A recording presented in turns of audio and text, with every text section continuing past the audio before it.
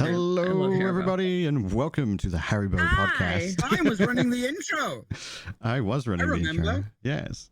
Pepperidge Farm remembers. Sorry for the delay for those of you who are watching this live. Unfortunately, Peachy was stuck in a supermarket. He fell into one of the chest freezers, and he was on Discord to me saying, "Bryan, help, I need an adult." And I said, well, you're going to have to just call for someone.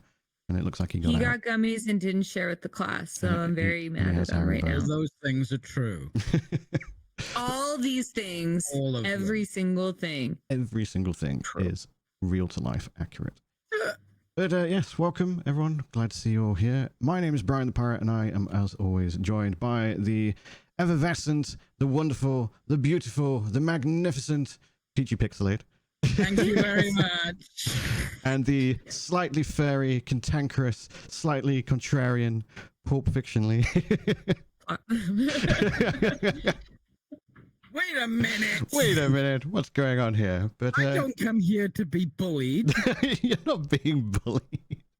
But yes, that's welcome. What my chat is for. I'm sometimes in the chat. Sometimes. Yeah, that's true. Waiting, lurking for you to make a mistake, and then I go, "Ha ha! He got trapped in the fridge again," or something. I don't know. But yeah, we've got an interesting show today. We've got a lot of stuff to talk about in terms of what we've played. I'm looking forward to hearing what Pulp has to say about Black Myth. I've been watching her play Black Myth, and it's been very entertaining for me. It is very good. So yeah, it's quite good. I'm looking forward to seeing what you have to say about that. I believe our boy Peachy here has been playing Lollipop Chainsaw, was it? Yeah. Today, yeah, that was today. And then some I've heard Zero good things Protocol. about that one. Oh yeah. Oh, I can't wait to talk about that. You're gonna like that too, Pulp. Very, very good. And then we've got some interesting news in the industry. One thing I'm looking forward to talking about is a subject that we've spoken of previously, and they're back. Just about the day before. Oh, it is. It is about the day before. Let's jump into it then. So for those not familiar, you probably have been under a rock if you're not familiar, but there was a developing studio called Fntastic who were under the publishing studio or publishing company Mytona Fntastic, so literally has the Fntastic in the name. It's an ironic name, I think. I see. Yes, they're called Fntastic, but they are very far from Fntastic. They should have called themselves Ethics. they should have called themselves We Are Not Con Artists Limited or something. But they basically made a game called The Day Before, and The Day Before was literally one of the most wish-listed games on Steam, perhaps ever, as far as I'm aware. And they had a lot of footage. Sick. Yeah, they had a lot of trailer footage that made the game look incredible, and it turned out it was all a load of BS. There was very, very many things that were wrong with what they were doing. They had abandoned many games prior to The Day Before, and now they are back, and they posted a tweet, and it was a very interesting tweet, I thought. Let's just bring it up. The tweet reads, "Everyone deserves a second chance. We deeply apologize to everyone for The Day Before and take full responsibility for what happened. Check out our plan, Fntastic 2.0, where we share how we'll fix our past mistakes and are preparing to return better." So, this is interesting. Trust me, bro. Like, first of all, let's break down the tweet. There's much to break down, and it's fucking hilarious. So first, the tweet. Everyone deserves a second chance. If you actually, no, not you. Well, that's the thing. No, everyone deserves a second chance. Everyone does deserve a second chance. The only problem with Fntastic's tweet is that they neglected to mention this would be their 8th chance, and that's not even an exaggeration. Literally would be their 8th chance. Some other interesting things is the replies as well. People are like, "This is a scam," and Fntastic would reply via Twitter saying, "How is it a scam? We refunded everyone." They didn't refund everyone. Steam did. Steam refunded because Fntastic said they were closing down their company. And yet Fntastic 2.0 exists. And then people said, okay, so what's happening with your old games? They have stated that they no longer own the rights to Prop Night or The Day Before. Who has the rights to those two games? Now you might think, well, surely it's the publisher, who's also got Fntastic in the name. and I'm pretty sure is actually run by the same two guys. So it's like, how did you lose the rights to these games? So that's also suspicious. Then when you click on, go on. So when they're working at the publishing, they're like, we're not giving the rights to those guys. They're con artists. Because they know. They know. They're like, we can't. Give themselves can't. the rights. They're aware. They know. They've not given themselves the rights. That could be it. That could be it. It would be very, very funny if that was actually the case. Doubtful, but hilarious. But yeah, so they've made this new website, and then there's a PDF that you have to download, which I don't recommend doing because we know they're con artists, and PDFs can be used very maliciously. But there's text versions of their PDF out and about, and they talk about transparency. They talk about how they're not going to use volunteers anymore, because that was one of the controversies that they had a volunteer workforce who they were not paying at all to be developers, and it was all voluntary and all like above belt stuff, allegedly. One of a long list of problems. In their Q&A, or their FAQ rather, they mention the word goodwill. Do you want to see what goodwill is in relation to? Yes. Oh, they moved it. Let's see if they removed it. There we go. Some team members are helping out on a goodwill basis. We don't use volunteers anymore. Some team members are helping out on a goodwill basis. For audio listeners, Peachy is currently having an aneurysm. What? Yeah, right. It doesn't make sense. So that they're already lying. They're literally blatantly lying, saying that they don't use volunteers anymore, apart from the ones that are working on a goodwill basis.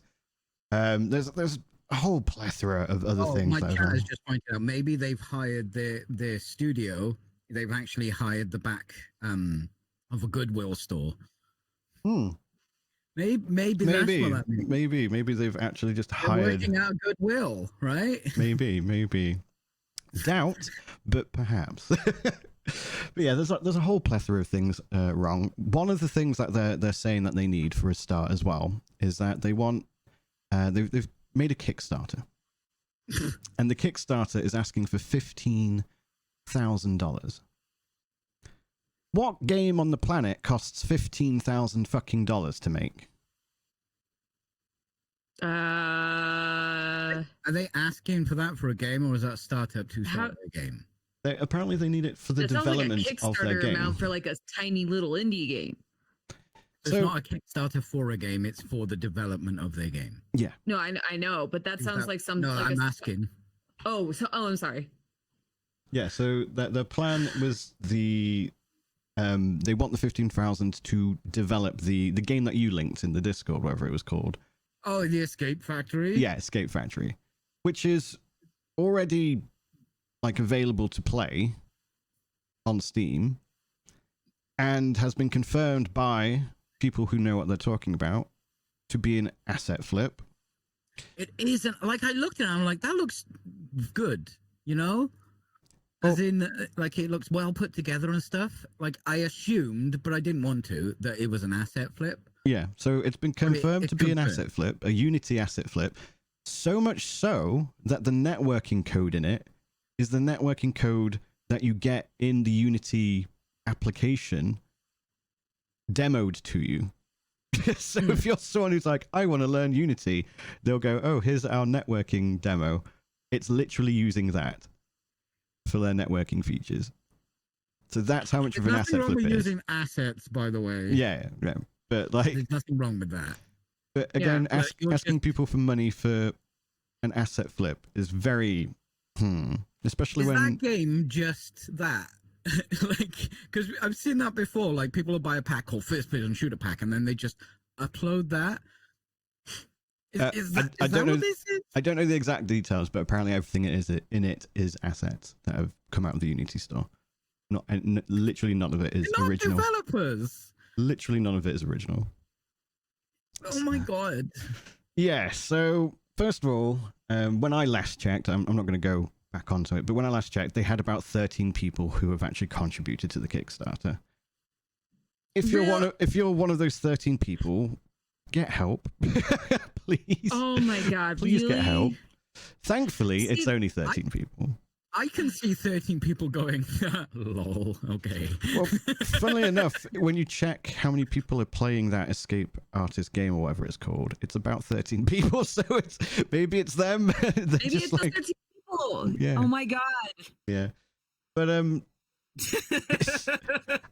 think there isn't a huge amount to say. I just think it's funny that they're even trying it. What I don't get is they're so bad at being con artists. Why would you come back with the same company name and be like, hi, do you remember us, the people who fucked you over so many times? Well, we turned a new leaf. Surely you would just make a new company name if you were gonna try and do that. Like, what's going on? How can you be so bad at running a con that everyone spots it immediately? Like the whole PDF document where we're like, oh, we're going to be transparent now. We're not using volunteers. We're doing X, Y, and Z. Well, they were transparent because afterwards they told you that they used then in the FAQ, they're like, by the way, all of the above, disregard. But yeah, so if anyone sees anything about Fntastic or about Escape Artist or whatever the fucking game is called, don't go anywhere near it with a barge pole or otherwise. It is categorically a con. People are going, are you getting sued? Is that what the money's really for, to pay for legal costs? And they're like, we are not being sued. That's in their PDF document. I forgot about that. It's one of the first things they point out. They go, no, we are not being sued or involved in any kind of court cases, which immediately makes me go, oh, so you are then. That's exactly what's happening. Yeah, if they say one thing, it's the opposite. Yeah, almost certainly. Like the fact they felt the need to mention it without prompt is it's just like, wait a second, something sus is going on here. But yeah, I like. Do you guys have any additional thoughts? Maybe I'm off base here. When I saw it, I was like, my brain immediately knee jerked. That's an asset flip. But then I'm like, hang on. I need to actually not. And I was going to play it.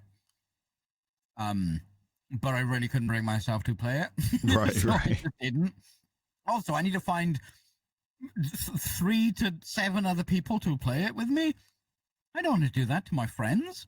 Yeah. Maybe I've got some enemies. I don't know. I mean, misery loves company, as they say. So, like, maybe you just want to share your pain. Yeah, I kind of thought it was, but I was like, no, I can't assume that. I need to find out. But it's good to know that it was, and my knee-jerk reaction was correct. It doesn't mean I should knee-jerk from now on, but it is nice to know that my radar was in the right place. Yeah. They've got 13 people. They're not going to make their Kickstarter. Can they be arrested for anything yet? Because they are con artists. Well, that's the thing. I suspect, like, we kind of like spoke of it jovially. I wouldn't be surprised if this is actually to rally funds for legal stuff. I genuinely wouldn't be surprised. Something in general. That's all. That's this whole thing. I've been working on it this whole time. So if Steam refund, it was Steam that refunded. Did you post it in the right general? Sorry, Pulp. Did I post it in the wrong general? Yes, I did. Because it's not sure. I didn't post it. I didn't. Oh, money, please. What's this? Money, please. Oh, right. This whole time I've been trying to find that clip, and I trimmed it down so I can send it to you guys. I'll enjoy that later after show. I'm not sure if it will go through on the stream. Might do. Protect your ears if so. Okay, chat. I wasn't judging a book by its cover. I was judging the book by its authors. Yeah. Who have proved time and time again that they are bullshit.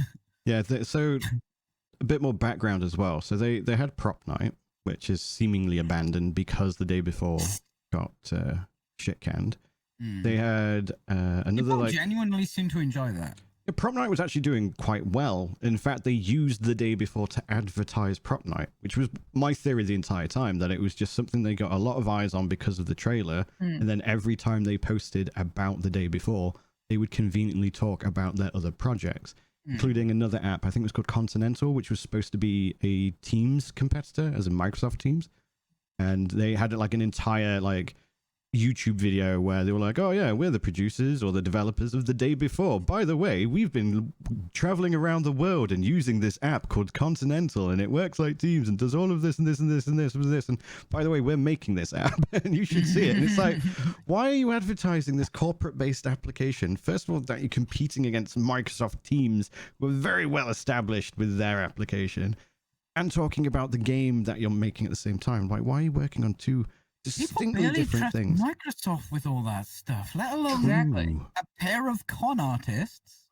I don't even have to say allegedly. It's proven Yeah. that they are con artists. They're just not very good at it, so they haven't managed to con many people. Another funny thing, and to be fair, we can't guarantee it was them, but SkillUp, the content creator, he made a video about The Day Before, and in his video, he has a clip from an IGN video which features the two gents who founded the company. He recently received a like privacy violation notice on that video, saying that it was like basically disclosing someone's like private data illegally, I suppose. And the clip that was highlighted in the notice was the clip that shows those two guys. Now, to be fair, it could have been a random who's just trying to like stir the pot, as it were. But at the same time, I wonder if that video still exists on IGN, kind of thing. So I made it. I've got a screenshot of that picture just in case they ever show up, and I'll be like, "This you?" Like literally. So yeah, it's. I just thought it was hilarious. I immediately retweeted it, saying something along the lines of, "Hey guys, the guys from the scam before said they're sorry," kind of thing. Loads of people are like, "You guys are scammers" and stuff like that, and just tell them to fuck off immediately. But yeah, it doesn't need saying, but don't go anywhere near it, folks. If you had any interest in Fntastic or their previous games, just don't hurt yourselves again. Did you have anything to add, Pulp? I already sent you my thoughts on that. Just Man, that one little You sound want to go clip. to the toilet with a brown paper bag? Yeah. For your No, opinions? I sent my thoughts. I made a sound clip for you guys. Money, please. Money, please. That's fair. That's fair. Because that's all I think about when I hear this. I'm listening and I'm like, I have nothing to input. It's just like that's all it sounds. It's a money grab. They're just terrible con artists who just want money, and that they're coming back for their fix. So Yeah, it's the audacity of it that gets me. The fact that they've come back with the same name after shutting it down. because do you know why? It's because it's worked 8 times. Yeah, like I wouldn't be surprised if that is their thought process. Like that's why they agree. keep coming back. It's because, and then you said that there's like what 13 people on their GoFundMe. Those 13 people, even though it's just 13, the number will always go down. Every time people reward them for this behavior, they're going to keep coming back. Yeah, I genuinely, That's just it. genuinely rather, wouldn't be surprised if they were like, well, everyone knows who we are because of the shit we've done, and that will get like bad news is good, like good news, as it were. That gets us out there. No news is bad news, yeah. All news is any publicity is good publicity. Yeah. And that's the thing is like when people see scams like this, and it's like we already know that they've already gotten away with multiple at this point, and even though they get called out on it, people like this, they're I mean, for lack of a better term, it's like they're like cockroaches. They just keep coming back. And the more, and even like I said, even if though like it's not going to be as big of a, as many people as last time paying for, giving them money, as long as there's a turnout, they see a profit in it, they're going to keep trying. Yeah. It's like the returning to the scene of the crime, mentality. It's like, we got away with it once. These guys are suckers. And I hate worrying like that, but that's the way they look at people if they're going to continuously repeating this kind of behavior. And like I said, those 13 people, those are the people they bank on, the ones that are going to continue rewarding them. Also, so the people if you want working people like this for to them go on away, a don't pay goodwill attention to them. basis. Who the fuck are the people working for them? Are they like on a goodwill basis? Who's volunteering to work for these people? Do you guys have friends? Do they have friends? Like it's so bizarre to me as a person who's not insane.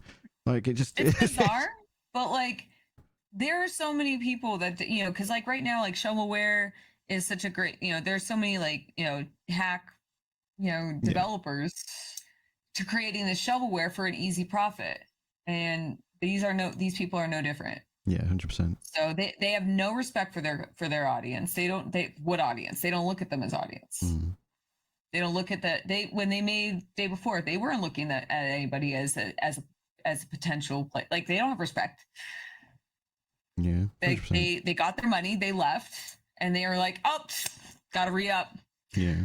Just money, please. Money, please. Yeah, it came out because they were like, we've got like what, 25% of the people who are willing to give us money for this. Exactly. Now shit it out, get it done. So that's a good point. It's like they look at it as, we got this. We managed to get away with this once. Even if we get half of it or 25%, hey, that's still a profit, baby. So the way, as far as I'm aware, at least with other crowdfund things, they don't get the money unless they hit the target. Yeah, that's true. So they've only got like $300 or something so far from when I last checked a couple of days ago. Yeah, I mean, so I don't see them paying it. They're probably hoping people forgot about Day Before. And some people are gonna see it because like that's the thing with like it's on Kickstarter. Yeah it's like with Kickstarters, like there's some people who just go on Kickstarter just to try to fund projects. True. And they're hopefully probably banking on that there are some people who might not know who they are. Why didn't they change their name? Yeah, I don't know. Well, like we said, it's probably because they're going off the publicity. You might not have to, because like as soon as, even though we know about Day Before, I'm sure there's a plethora of people who don't. Even though it was such big news, there's always going to be people who don't. And that's what people like this bank on. I suspect it's either because they're horrifically stupid based on what other evidence we've seen of them being fucking stupid. I'm not giving them any benefit of the doubt. Like, everything they're doing is so transparently stupid. Yeah. But like, I'm just pointing out, like, it's also, unfortunately, there's always going to be suckers for people like this to take advantage of, and it's sad, and that's just it's gross. Like, if anything, it's just gross. The other thing is as we just discussed, they're probably just going off the bad plus publicity and using that to get your name out. Mm-hmm. We've all seen it. Everything was a misunderstanding. Like, it wasn't really like, it's not the way the media reported it. It's fake news. Yeah. And they actually put that in some of the statements. They were like, oh, certain creators are just making us out in a bad light and stuff like that in their previous statements. So yeah, they're basically just by telling the truth. Yeah, they're fishing for dumbasses basically, and unfortunately they found 13 of them. Hopefully they won't find more. But yeah, good luck. And that's the saddest thing, is like, those 13 people. I'm sorry. I mean, I'm hoping they're not people who know what happened. Yeah. But if they are, then I don't feel bad for you. I'm sorry. If you know exactly if you know their history and you still give them money, that's on you. You didn't deserve to keep that money, I guess. There is a tactic. I don't know what it's called, but it's like you put in the first dollar kind of deal. Mm-hmm. So I can't remember what it's called, but like you have them little charity tins you put money in. Yeah. Put your own money in and shake it, and then people... I could tell you, like, when it works on everything. Like, if you have a tip jar out, you put the first dollar out, and then if it's like somebody is like working as like a dancer, like they put their first dollar in their garter. Yeah. Like, it's the same shit, because what it does is it incentivizes people to see that there's already somebody has given them money. They don't want to be left out. So how hard is it to make 13 email accounts? That's actually very possible that there could have been. No, seriously, you're probably right. Is that there's, it's the same thing like with companies. It doesn't even always have to be monetary. They could also incentivize or force like their own employees to make reviews for like, like there's this huge scandal. This is not relevant to video game news, but it's kind of interesting. It's like it was a skincare company who had all of their employees make fake reviews for their... That's actually illegal as of like a week ago in the US now. No, and this was a few years ago. So like, and so I don't think they got any like legal repercussions to it because of how long ago it was. But the same thing is like, we look at it as like, when you go onto a GoFundMe, we see like that dollar is already there. Oh, well, this must be legit. There's other people who think about that highly of this. You go to a club and you see dancers with their with the dollar in their garter. Well, I might as well give them some too. You go to a shop page, you see a bunch of positive reviews. Well, this must be good. People are really easily swayed by that, and they don't do vetting of that. And unfortunately, you shouldn't have to. You shouldn't have to vet for that and go like make sure double check that this isn't an employee who's trying to like pull the wool over your eyes. Question for both of you: what does Fntastic need to do if nothing? I know, but they want to release the game, right? And let's say there is a world where you are somehow convinced, right? What do they need to do in order to get you to be interested in the game they're making? Nothing. Yeah, my honest. You'd be interested. Yeah, my. If I'm being honest, I don't. It's like the whole like fool me once, shame on me, or shame on you, whatever the fuck. Yeah, shame on you. Like, yeah, I'm George W. Bush now. Yeah. Goddamn. They're talking about. But no, it's like the first thing is like, once I've already been burned, takes a very, very long fucking time for me to ever regain that trust. Yeah. And because they've had so many chances at this point, nothing they do will ever regain that trust. Think of it like this: most people only know them from the day before. That's why they're like, "Hey, second chance," because we've only done that one thing, right? Let's say it's that. Most people probably know about the day before. And that's one thing. Like, look at Hello Games, like the launch of No Man's Sky. It was just, oh my god, what an unmitigated disaster. Here's where you can. Sorry to interrupt, but here's where there's a difference in that is that the developers of No Man's Sky fixed their problem. Yeah, they went back and they regained their trust. They worked for a second chance. Yeah. Absolutely. Yes, and you can even say that with CD Projekt Red, which even though like they've, I've got my problems with them with the, I love Cyberpunk. But they did go back and fix it. You'd still be wary of any future releases of theirs. It's like, ooh. I was actually happy with the initial release of Cyberpunk. There's 13 people, Peachy. But no, I just want another problem, man. No, I mean, but I'm using them as an example, like, because I didn't have as many issues with Cyberpunk when it first was released, but I know a lot of people. Console player though, so it didn't. Yeah, that's. It's funny because I think I told you this. Like, I actually like switched my pre-order from console to PC like right before release, and I'm obviously very glad that I did that. Yeah, I don't know why I had a vibe. But even though I didn't have that many issues. So my experience wasn't plagued by those, like all those, bugs and everything. I think the only thing I did was I got knocked off of a motorcycle and I went clear across the map for like way too long. And I was like, I think this is a bug. But the thing is like, I kind of also knew about their history of Witcher 3. And which is a very similar history. It was pretty buggy on release, and it ended up being a great game, and people really love it. I love both Witcher 3 and Cyberpunk. I think in the future now, also in my defense, I didn't know about Witcher 3's problems when I first got Cyberpunk. So when I learned about that was what does Fntastic have to do for you to just consider covering? They would have to earn that trust back, and it's like it could start with the day before, fix that godforsaken, or I don't know how they could. I don't even know what they could do, because this isn't like a CD Projekt Red situation where fix your game, or No Man's Sky, fix your game, earn their goodwill back, earn goodwill back, and have people like see like, oh look, they actually like went through with their, followed through with their promises, maybe give some free DLC or whatever whatever will appease your crowd. They didn't do any of that. They just picked up and left. And now they're back to fix the last mistake they made. No, I'm saying at least an attempt. They disappeared. Yeah. You're not showing people that you have any respect for them by just disappearing and then coming back with a new Kickstarter being like, oh, well, we fucked up on that one. Don't pay it. Don't look at the man behind the curtain. Money, please. This is definitely not the way to do it. No. Bryan, what about you? Is there a world? So where they can make you at least consider their next game. I've actually just brought up the picture so I could remember their names. You can't see it very well, but like there's the picture with their names, like captioned below. Oh shit! What happened to your phone? There's a big bend in the middle. There is a big bend in the middle, because it'd be folding. But more money than sense. It's a good phone. Fuck you. But yeah, so You broke your they. phone, Bryan. I did.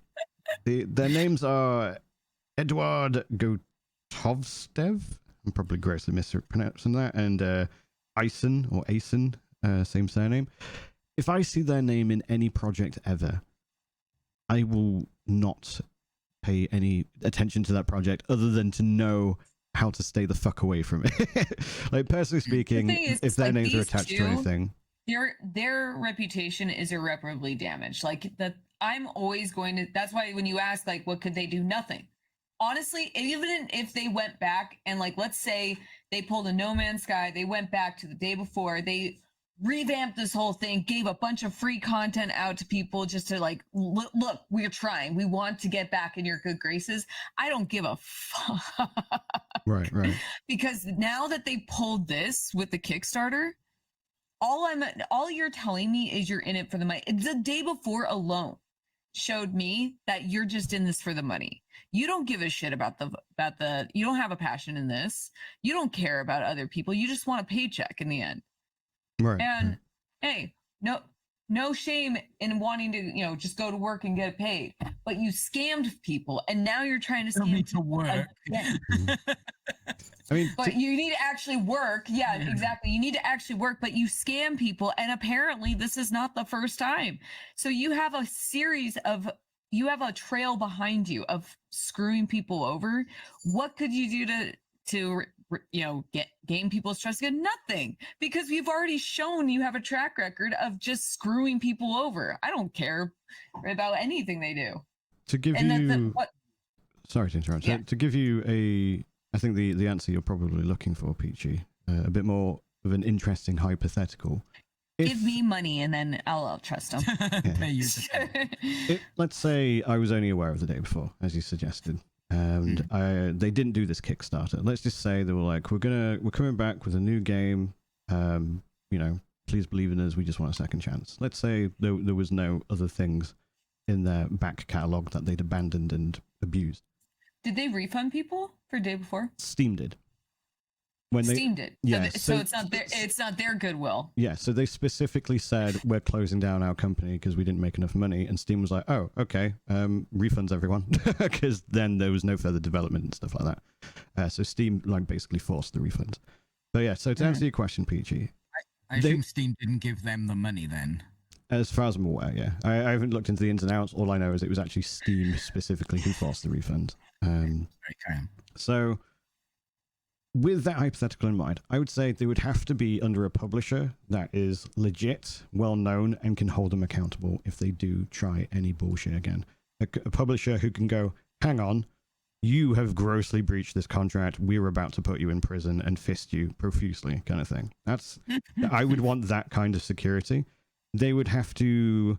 The word fisting needs to be specifically on the contract as well. Yeah, absolutely. They would have to invest their own money and maybe do, say, an early access that's free. And then we can actively see the development of the game occurring, see updates, etc. And then they would have to produce a genuinely good game in a similar manner to how No Man's Sky said, here's all these things we're going to do. Then, of course, those things were in the game. But over time, through free updates, they added those things. So that would be what I would want. However, that's a hypothetical. That's on the grounds that they didn't have, 7 other mistakes beforehand and lots of other bullshit that clearly makes them a bunch of cocksnoggers. So yeah, but that would be my hypothetical. The thing is, it's like what could have started it. Like, again, going, to like piggybacking off, like if they didn't have like a history already, and let's just say day before was their only mishap, if they were the ones who offered the refunds, different optics. It's just everything, everything they've done just screams self-serving, and so that way, even if this was their first fuck up, It's like you didn't offer free refunds. You didn't offer to fix anything. You didn't offer anything to your fan base. It's just all you did was you just abandoned everything and left. And then you came back with the nerve to come back with the same name. Yeah. And a Kickstarter. That's the bit that blows my mind. It's wonderful. It's like it's comical. That like that's like you going like, hey guys, you don't remember us, right? Yeah. You know I am. Let's move. No, we're new. Choice. We're It's a new. weird We're starting this thing fresh. You're No. not very good at conning people. No, Don't Google. no, definitely not. Don't use Google. Well, No, they're terrible comment. We'll move on for now though, because I mean, the could con go on for artists. hours. The next time we'll probably revisit this is when they announce that the Kickstarter failed and they're trying to do another con, and we alert our audiences to not get involved in said con. But moving on, Money, please. the next thing to talk about is PALWORLD once again. We discussed how they are currently in the process of being sued by Nintendo for patent infringement. Meanwhile, Krafton, the people who bought Tango Gameworks and are apparently trying to be the saviors of humanity in the game development world, have signed a licensing agreement with Pocketpair to expand the PALWORLD IP to mobile. Now, as far as I'm aware, the intent is to adapt the game and its core mechanics to make it mobile friendly. We here on the cast have actually briefly discussed this in our Discord, and I genuinely think that Peachy, your idea was a good one. Do you want to just throw what you suggested out there? Basically, just suggested you do an ARG Pokemon Go style game. Like Pokemon Go does really well. It does. The PUBG developers have mobile chops. The PUBG mobile game is It's one of the most popular in the world. enjoyed by many people. It's literally one of the most popular games in the world. There you go. So they've obviously got a team that can make a mobile thing. Yeah, it's out of the realms of an ARG, but like the ARGs exist where you go around two places and collect stuff. They just need to bookend it and frame it in a different way, obviously, because it would be you such can't steal Pokemon Go. You can't do that. But the thing is, like, Pokemon Go is by Niantic, who made a similar game to Pokemon Go originally, the same mechanics and stuff. So it would be the best, like, poke the bear with the stick there if they did basically make that type of augmented reality game, just to explain what ARG is. I mean, unless they just do a little mobile experience of the same game, right? Yeah, they could easily. I mean, especially with modern phones as well. Like, modern phones are basically PCs at this point. They can. But are they going to do that? Why are you doing that with that game in particular? Do you know what I mean? Just because of how massive it is. A third-person mobile game. I know, I do get that, but I mean, considering how massively popular it was on traditional hardware, I suppose is the words to use, in the same way that PUBG was huge on consoles and PCs and now is like bigger than ever on mobile. Like, I'm not exaggerating when I say it's literally the most popular game in the world. It's like been in the top 5 for about 5 or 6 years now, mostly in East Asia, to be clear, and I believe in some of South Asia, but I think the Indian market is obviously massive, so that's adding towards it. But yeah, so they've probably just gone huge game, big popularity, slap that onto a mobile device. You've suddenly got a market the size of the planet because everyone has a mobile phone. At the end of the day, that's why you don't have phones, red shirt guy. But yeah, so that's why mobile games are so popular, because it's accessible by everyone, as opposed to having to drop 700 quid on the new PlayStation 5 Pro or whatever, you know what I mean? So it's a viable thing for sure. I can see why they're doing it. And to be honest, when mobile games are actually made in earnest, they're pretty good. And not just some gacha shit. Yeah, even the gacha ones, like what's it called, Genshin, and the other one that the same dev have made. I know Honkai Star Rail, something. yeah, like they're massively popular. Star Rail. They're so hard to remember. But they're actually good games. Like, if you actually play them, they're good. They're actually genuinely good games. You pull in the face, Peachy, but like, line of conversation. They're not good games. They are genuinely They're good games. simple games that are fun for people to play. How about that? Well, people are wrong, okay? They're genuinely good games. They're popular. We know that 13 people are very, very wrong. We There know those must 13 are more. definitely wrong. But yeah, no, like, I think there's more than 13 people playing Genshin Impact, man. yeah. Oh, yeah. You're probably Sure. right. Yeah, quite a few more.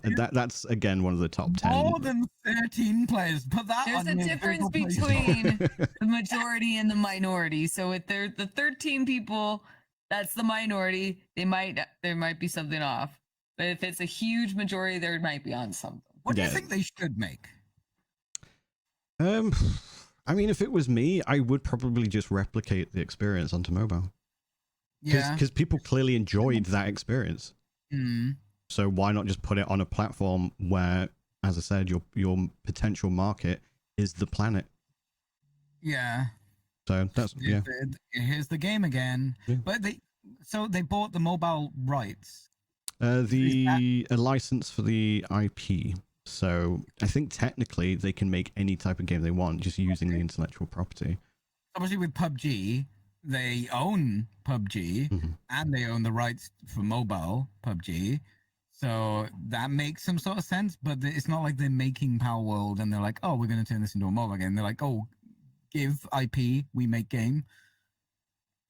I think the smartest idea is to do as Pokemon Go, but it's probably more likely that they'll just do a mobile experience. Yeah, I think they will do a mobile experience. I mean, like, let's see if I can bring it up. Let's have a look at what the current most popular mobile games are. Top 10 mobile games by player base, I suppose is the best way to go for it.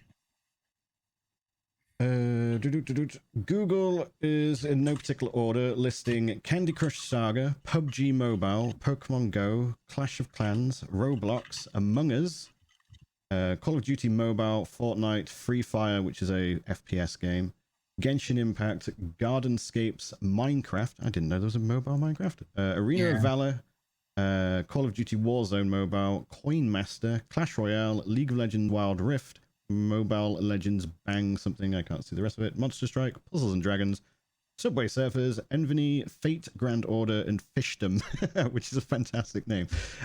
So yeah, there's a lot of those games you've mentioned. The first-person shooters.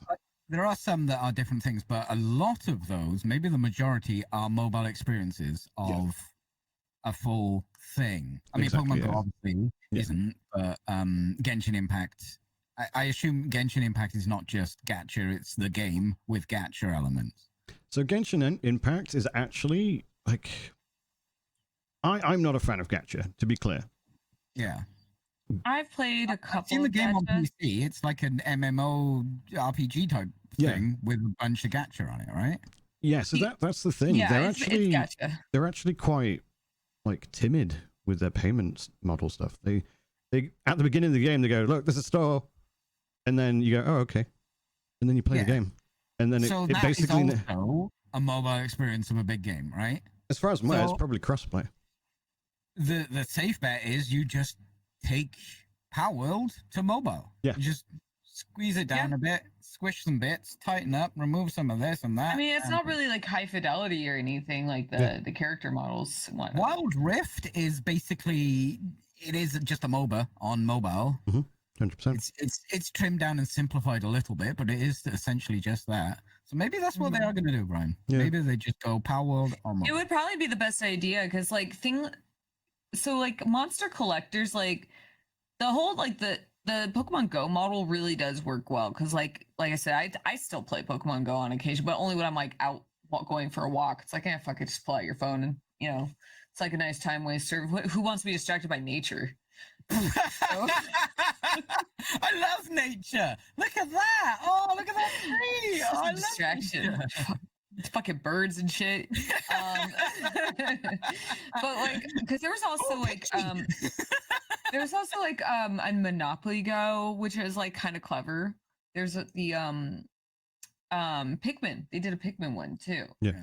And but I think that what is more appealing to more people, especially like with like using Pokemon Go as a model, so like PALWORLD can absolutely co-op some of that is like it's the whole thing with like its monster collection. Like, you know, yeah, you could train them up and you can battle them, but remember when like Pokemon Go was super poppin', like back in 2016, there wasn't any like trainer battles or anything. I think they had like the gyms and that was it.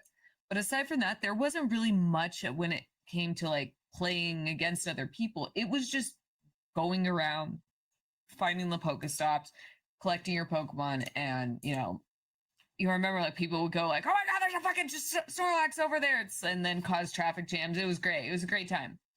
You know, crash your car because you saw a Charmander.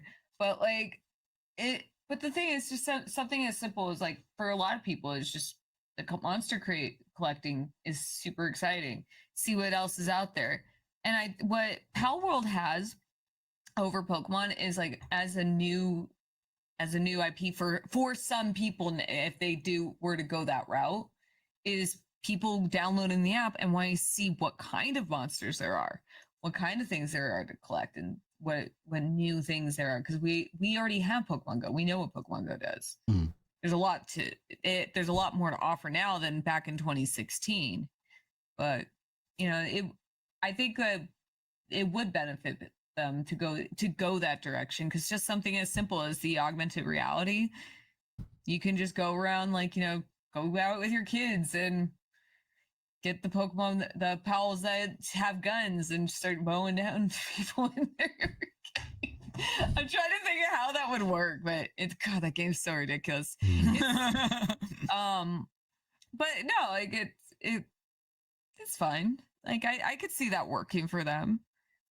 Yeah, I think they will go for just converting it, porting it to mobile, for lack of a better phrase. I think that's what they'll end up doing. Because as I mentioned, route. Yeah, because the structure of the game would work for it. Because even though it's open world, like the world is pretty empty in a lot of ways. Like that's the problem with a lot of like these open world games, is that they don't, even Pokemon has fallen victim to it. It's like there's so many places you could go, but there's nothing to do.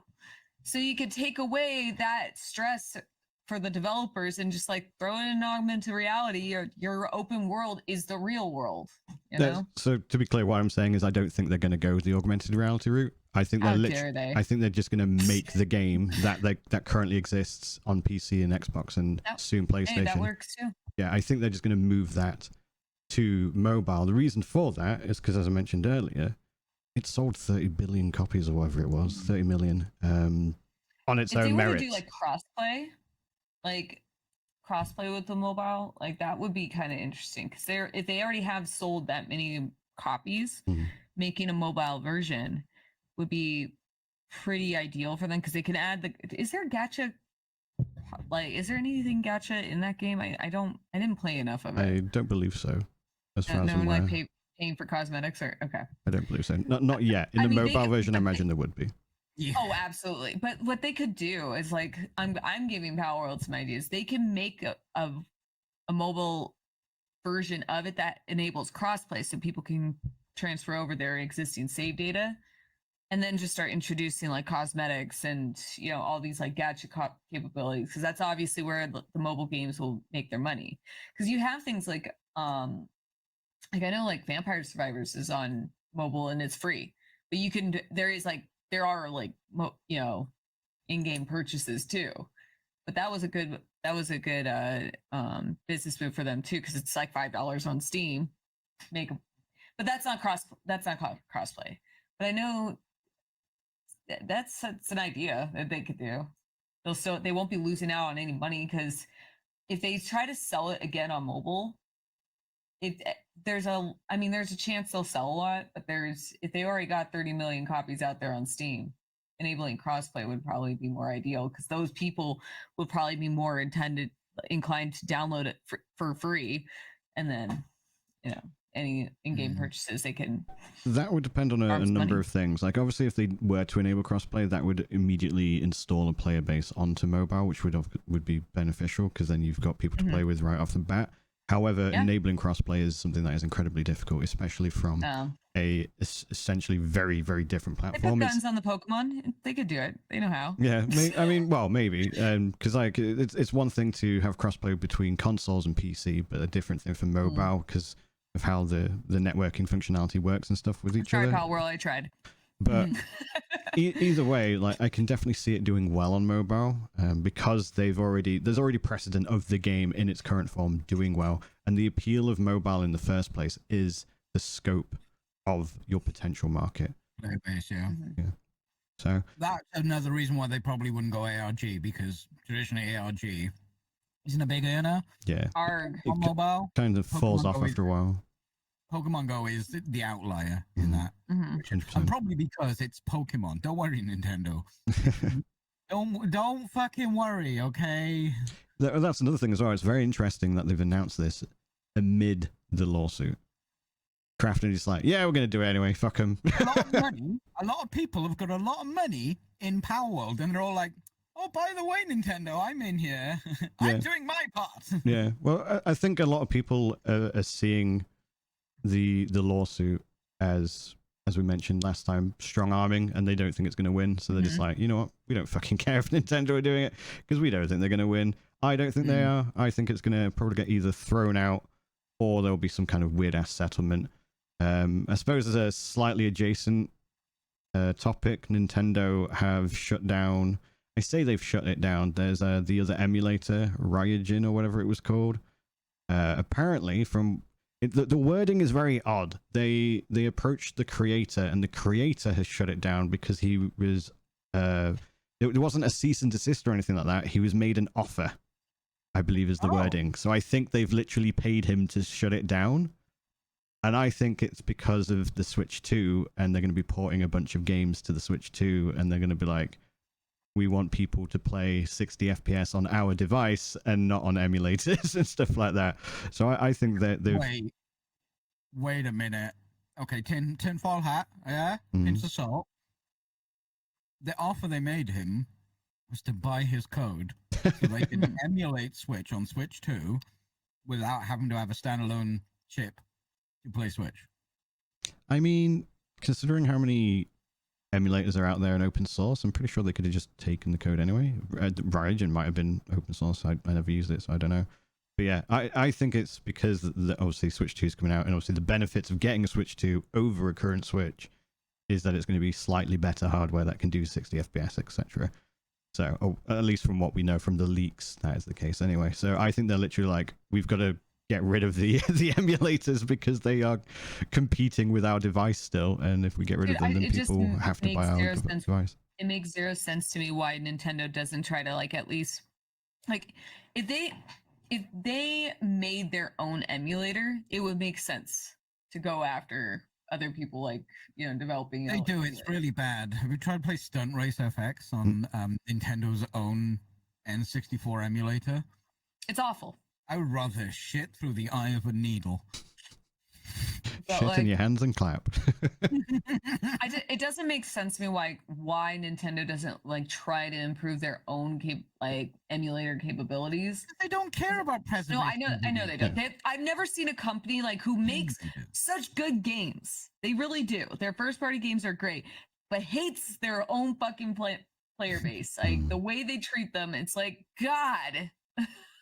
Yeah, like I said, I think it's not because of emulation itself. I think it's because emulators have features that their device is going to have, and it directly competes with them, like the 60 FPS playing at 4K or 1080p, etc. So they're literally like, well, for our... I'd love to play Zelda in 60 FPS. Well, I ended up playing it on... what was it, Yuzu? I've still got that installed, by the way, so I'm never uninstalling that because it would be gone forever otherwise. But yeah, I played Zelda on that, and it was so nice to play it like 4K, well, 1440p on my ultra wide, and 60 FPS. It did feel beautiful. It was a magnificent experience compared to playing it on a Switch where it's dropping frames whenever there's too many monsters on screen and stuff like that. But yeah, I enjoyed it on Switch. Oh yeah, for sure. But yeah, I think that's the main reason. Emulators are directly competing with their device, and they have to be like, we need to get rid of these, otherwise no one's going to bother buying it. People obviously will buy it, but not as many people, and that's what they're bothered about at the end of the day. I mean, they're wrong. Yeah. People who aren't buying it aren't going to buy it. Yeah. That's why they're taking it. If you give someone something that's easy to get a hold of with no hassle and bullshit, they will buy it. Remember what streaming services were like before current year? Piracy's on the rise. Yeah. Because Why of is that? things like Because that. it's more difficult. Yeah. If you just give them the thing, they will have the thing because they don't have to fuck around. They can go, oh, credit card done, sorted. Yep, 100%. Also, I tried to buy. Sorry, this is just off the cuff here, but just to shit on Nintendo for a second, I tried to buy There's a new Mario Party coming out, and they've got one that's the latest one, and then one before that on the store, and it is 60 fucking quid. Yeah, the store's pricey. I almost never buy anything directly from the Nintendo store. I always buy it from elsewhere. Why is physical cheaper? That doesn't make any fucking sense. It's the same with PlayStation. They try to incentivize you by having like their coin system where you can get like maybe a couple bucks off, which is good if you want to like buy a game on release. You know, like you want to, or like in some cases, like Nintendo games, I don't mind pre-ordering if I want it bad enough, because it's like I know with the exception of Pokemon, usually the games are complete, and so you know what you're gonna get. So it's kind of nice having like the little like maybe $2 or $3 off. It's kind of nice in that regard. But aside from that, it's like things never go, at least at the first party games that most people would want, almost never go on sale. So it's like, yeah, PlayStation do the same thing. Most of their games are more expensive on the PlayStation Store as opposed to physical or just other stores. It's crazy how little they incentivize their own player base. Like they sell digital only versions of their consoles, right? Sony's got a digital only. So the Pro that's just been released, that is digital only. Well, sorry, no, it sells as digital only, but you can buy it's modular. You can buy a drive that attaches to it for 80 quid, $80.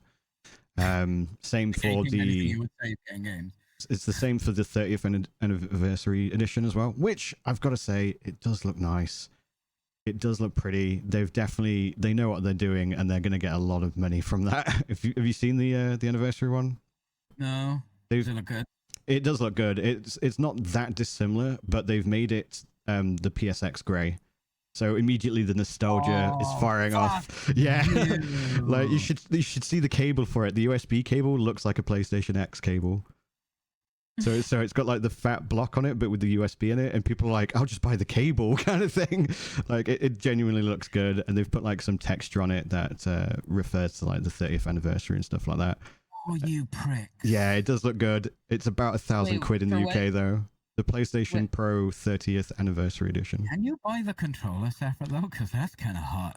Yeah, the controller looks sick as well. I believe you can. In fact, the PlayStations in the UK were sold out within literally minutes, and they're on eBay for like 10 grand.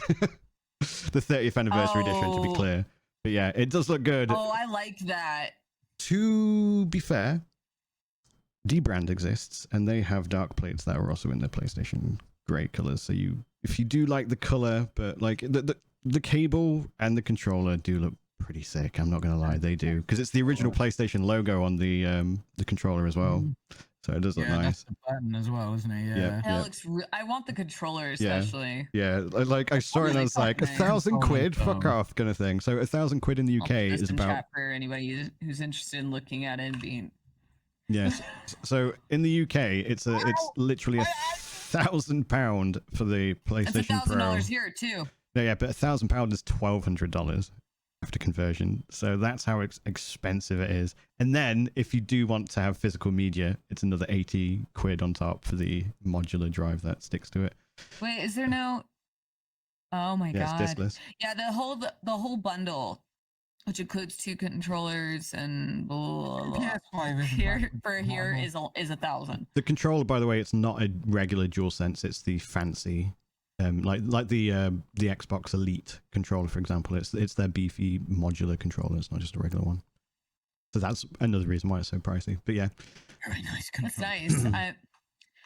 I will say, not worth $1,000 for me. Yeah, I mean, I can see it being 1,000 for some. There- I know there's people that no- immediately were looking at the PlayStation Pro and were like, "Don't give a fuck," That's and then they true. got then they saw the 30th anniversary edition and they were like, "Fuck!" straight away. They got me. God damn it! But Because you know it's stupid and yeah, you know but it's just the damn it. nostalgia nerves firing off in your head. Absolutely, but yeah, it is what it is. But to go back to your question, or rather, what inspired your question, Peachy, I think the reason they don't offer as cheaper on the stores is the convenience of it being there on the PlayStation. Like you're on the PlayStation or on your Nintendo Switch, and you're like, I want this game. Oh, I've just downloaded it. I didn't have to go to another third-party website. So that convenience means they can go, well, we'll just essentially price gouge, I suppose, or just not ever offer discounts or offer a price that never goes down regardless of the age of the game. Because that's usually what happens. As another side tangent to that as well, obviously we've got the remake of Horizon Zero Dawn, and to upgrade it, if you already What? did you not know that? Why? Yeah, so that comes out. 20 minutes I ago. saw that, but like, why? I think they It's wanna not- make- It's not that old of a game. I think it's because they want to, like they did with Last of Us, they're trying to bring it up so it's the same kind of engine, the same like fidelity as the second game. And I also believe they're trying to make Horizon a bigger property as well. It's not just the games.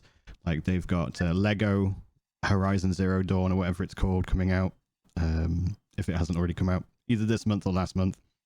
That's not a developer choice. That's a Dude. Yeah, money person choice. That's Sony. Like Sony's pretty much gone I on don't know. record and said that they are looking to expand most of their properties to basically become transmedia because of the. No, that's fine, but why remaster a game that I feel doesn't like even remaster Horizon yet? is always going to be their own. Like, it's going to be its own niche, man. Like, Horizon's pretty popular. Like it doesn't get no, I know talked it's about popular, a lot. but like, by remaking it so soon, Well, like it's, I said, it's not going to bring a new audience in. It's already available. see, there's a couple of interesting things on that. One, like I said, I think it's just because they're doing what they did with The Last of Us, which that got remade for the second time, the first one, part one, and that sold quite well. And they're just bringing it. Yeah, unfortunately. Oh, So I mean, I think know they're it's just sold bringing up. well. It's, Yeah, I think they're just bringing up the graphical fidelity, so it's on par with the second one because they're trying to do other projects at the same time. So if you bring hey, Sony, people you in, got Bloodborne you could actually be working on instead. That would be kind of nice. that would They be nice. delisted the OG Horizon on Steam. Is that true? So I don't believe they've delisted it. I believe because that's what the point Did that they was. really? Yeah, I don't believe they delisted it. What they've done, because to get the upgrade, it's $10 or £10 to upgrade from the old version to the new version. The game used to go for about 25 quid, $25 because of how There. old it is, because it's a few years old. They've relisted the price and doubled the price. So now it's like $60 or whatever. So if you buy the OG version and then get the upgrade, it's the same as buying the remaster now.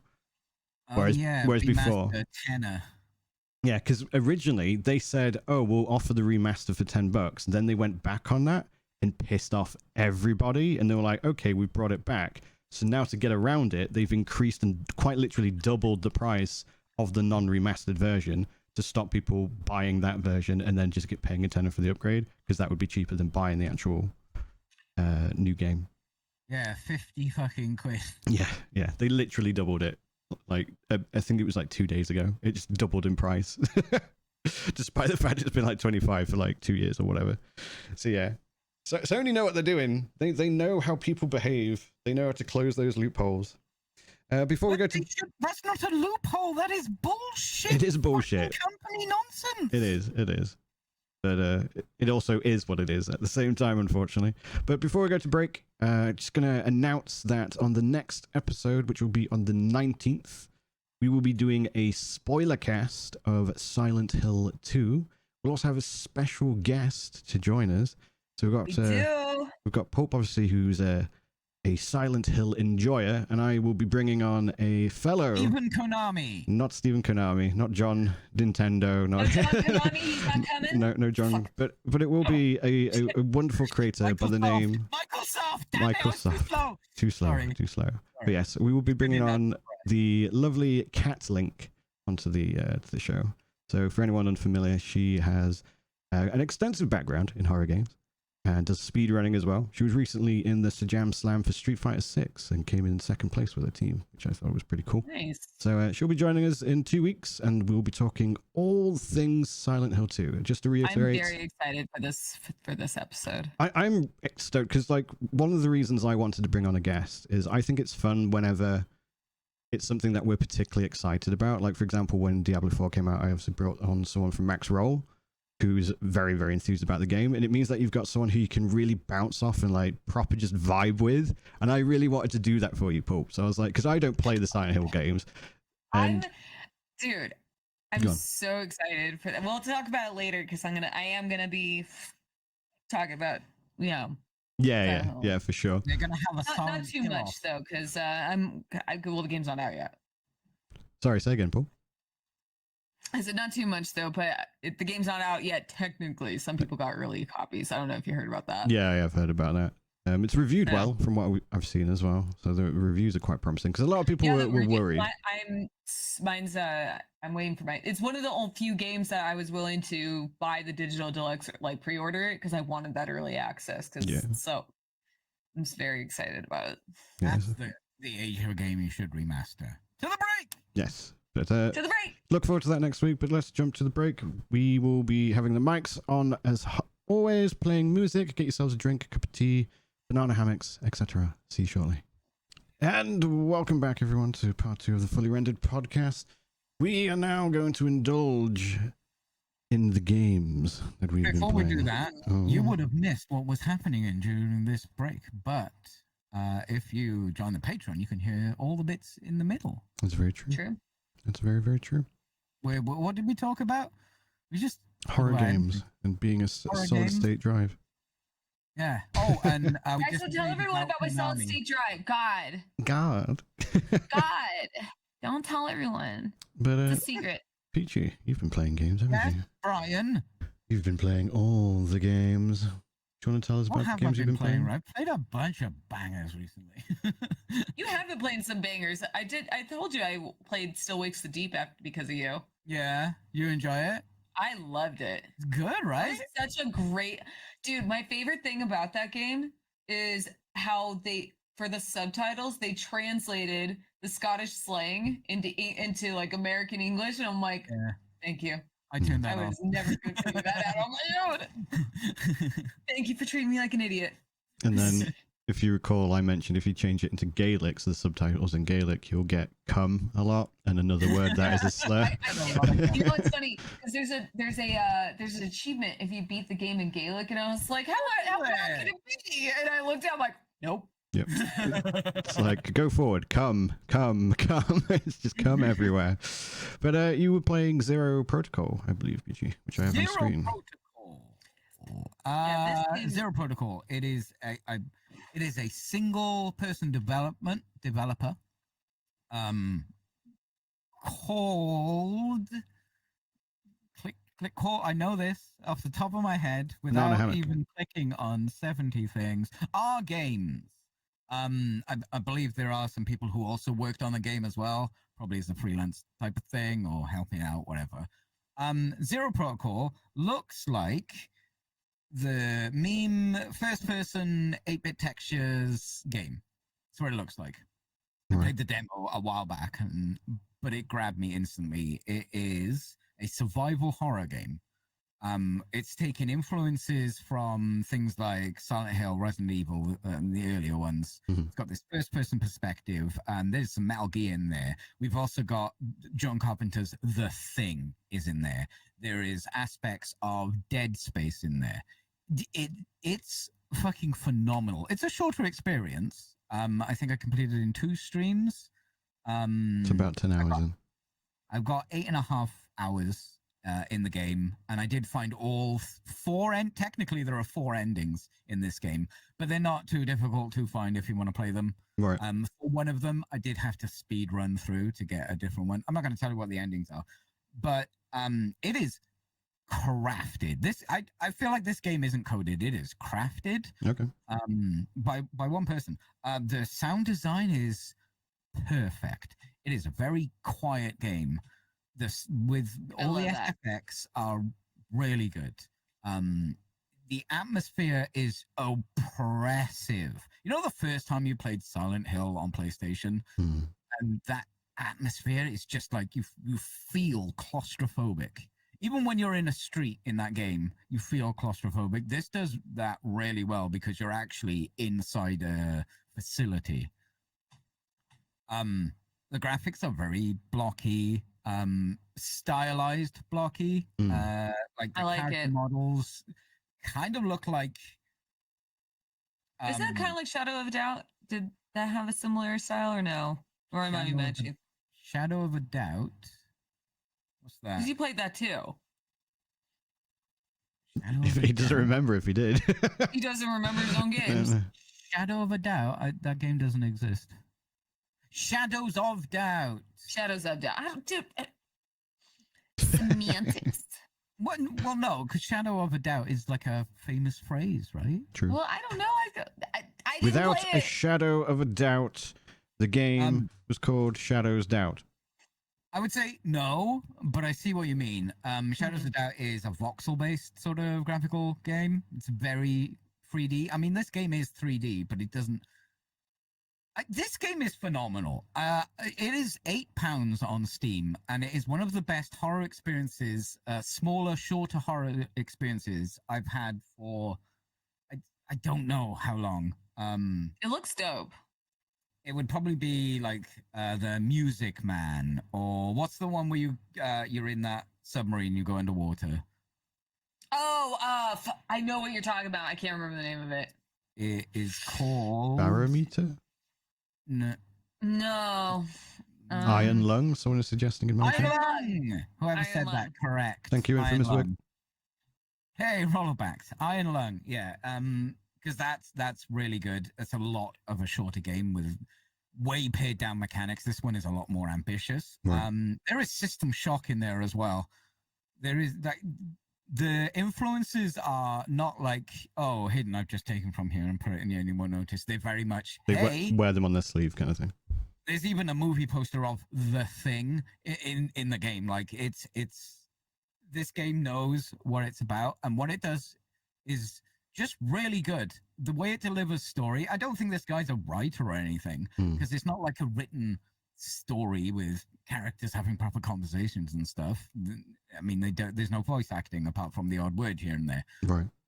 But the way the story is fed to you in bits and pieces, and like you'll get to a point and you'll read something, and then like 2 levels ago, like maybe you read a couple of different notes on the floor, and then this one piece will bridge all of those together, and you'll just realize something about the world. It was a masterclass. I played the demo. I was like, oh, this is creepy. I'm going to get this. And when it released, I just bought it because it was £8. And I'm so impressed with the game. Like I said, shorter experience, but it is £8. So if you're like dollar for time put in, there's still value there. Oh, this is Zero Protocol for those asking in chat. Yes, Zero Protocol. I highly recommend that game. I'm not going to tell you anything about the game, but there's spooky ghost type stuff. There is a sanity meter, whole survival horror, how many bullets do you want kind of deal. There's secrets in there. It's got some Looks real like the general playtime length for it. like I said, 8.5 hours for all 4 endings.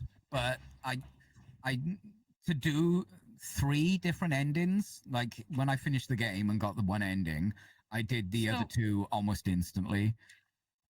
I know you're not usually the most craziest about stories, but how is the story? Would you? Yeah. So like I said, it's not like a written story like you would read in a book or something like that. It's all delivered via for the most part, it's delivered via little notes you can find. Okay. This might be a bit of a spoiler, but some of those notes you can't read if you're sane. Right. Okay. Okay, that's Game cool. is sick, and I don't want to spoil anything. That actually because sounds someone really... wants to experience this for the first time. During the break, we were talking about my husband went into Peachy's chat Like he lurked in your chat, and when you were playing it, he was just like, "Oh my god, this looks so cool." I'm not one to be scared, but It's funny because like even though it's not the games like this that don't have the greatest graphics, you don't need. It shows that you don't need great graphics in order to scare someone. Yeah. you do not. Sometimes that's You just even need to be worse. immersed. Mm-hmm. Yeah. When you Really great say sound design, story progression is just crafted to a T. when you say Mm. 8.5 hours for the 4 endings, was that 4 complete that with playthroughs, playthroughs or to was get- that from a save? or No. Oh. So I completed the game. Okay. And then I just reloaded the last save Right, and did it the other way. right. And I was like, oh, someone in chat mentioned, oh, there's this thing. And I'm like, oh, interesting. So I went back to the start and I speed run and I used the guide for the codes just to get to the level where you make the choice that will change. Right. And right, this choice you make, there is a whole level and ending to it. So there is a sizable chunk of content there that if you just play the game once, which is like you'll finish the game and you'll be like, I am satisfied. Right. But you can absolutely miss this other ending. You can just miss it. And whilst I was doing that, I was like, oh, what happens if I meme here? And I purposely misplayed and I got another ending. Right. Okay. A very cool ending. It was satisfying, So but it it's- was clearly like, oh, we're just going to You start. can say for this kind of game, because I know there's certain games where it's like obviously when there's multiple endings, there's different choices you have to make in order to get those. But with this, would you have to start this game all over again in order to make those choices, or could you just go back? There is to get one ending, which is a large chunk of content. You probably will need to play through again to make that decision.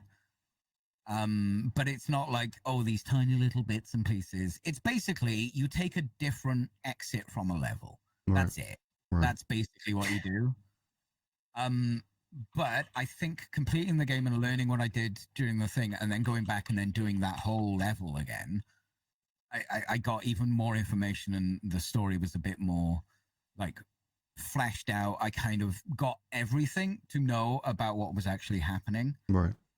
But it starts to feel like when you're coming towards the end of the game and you're finding these notes, it's filling all these blanks and giving you huge epiphanies of like, oh, that's why that was said. And that's why that was a thing and all that.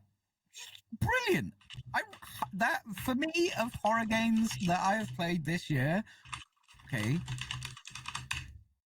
No, I think I enjoyed it more than Still Wakes the Deep. I really liked Still Wakes the Deep. Yeah, But that's such a good game. Like I said, I played that just because you were talking so highly of it. I already had it on my watch list, but like, or with into horror games. Yeah, but I'm gonna be playing Zero Protocol next too. Yeah, let's it. go. I just got, Nice. Yeah, thank you very much, Romeo. Either way, thoroughly recommend it. It is £8 on Steam at the moment. It looks like a lot of fun, and I do very like puzzly though. It's you gotta be. It's puzzly. I like puzzles. I do too. All the puzzles. You'd also been playing another game today.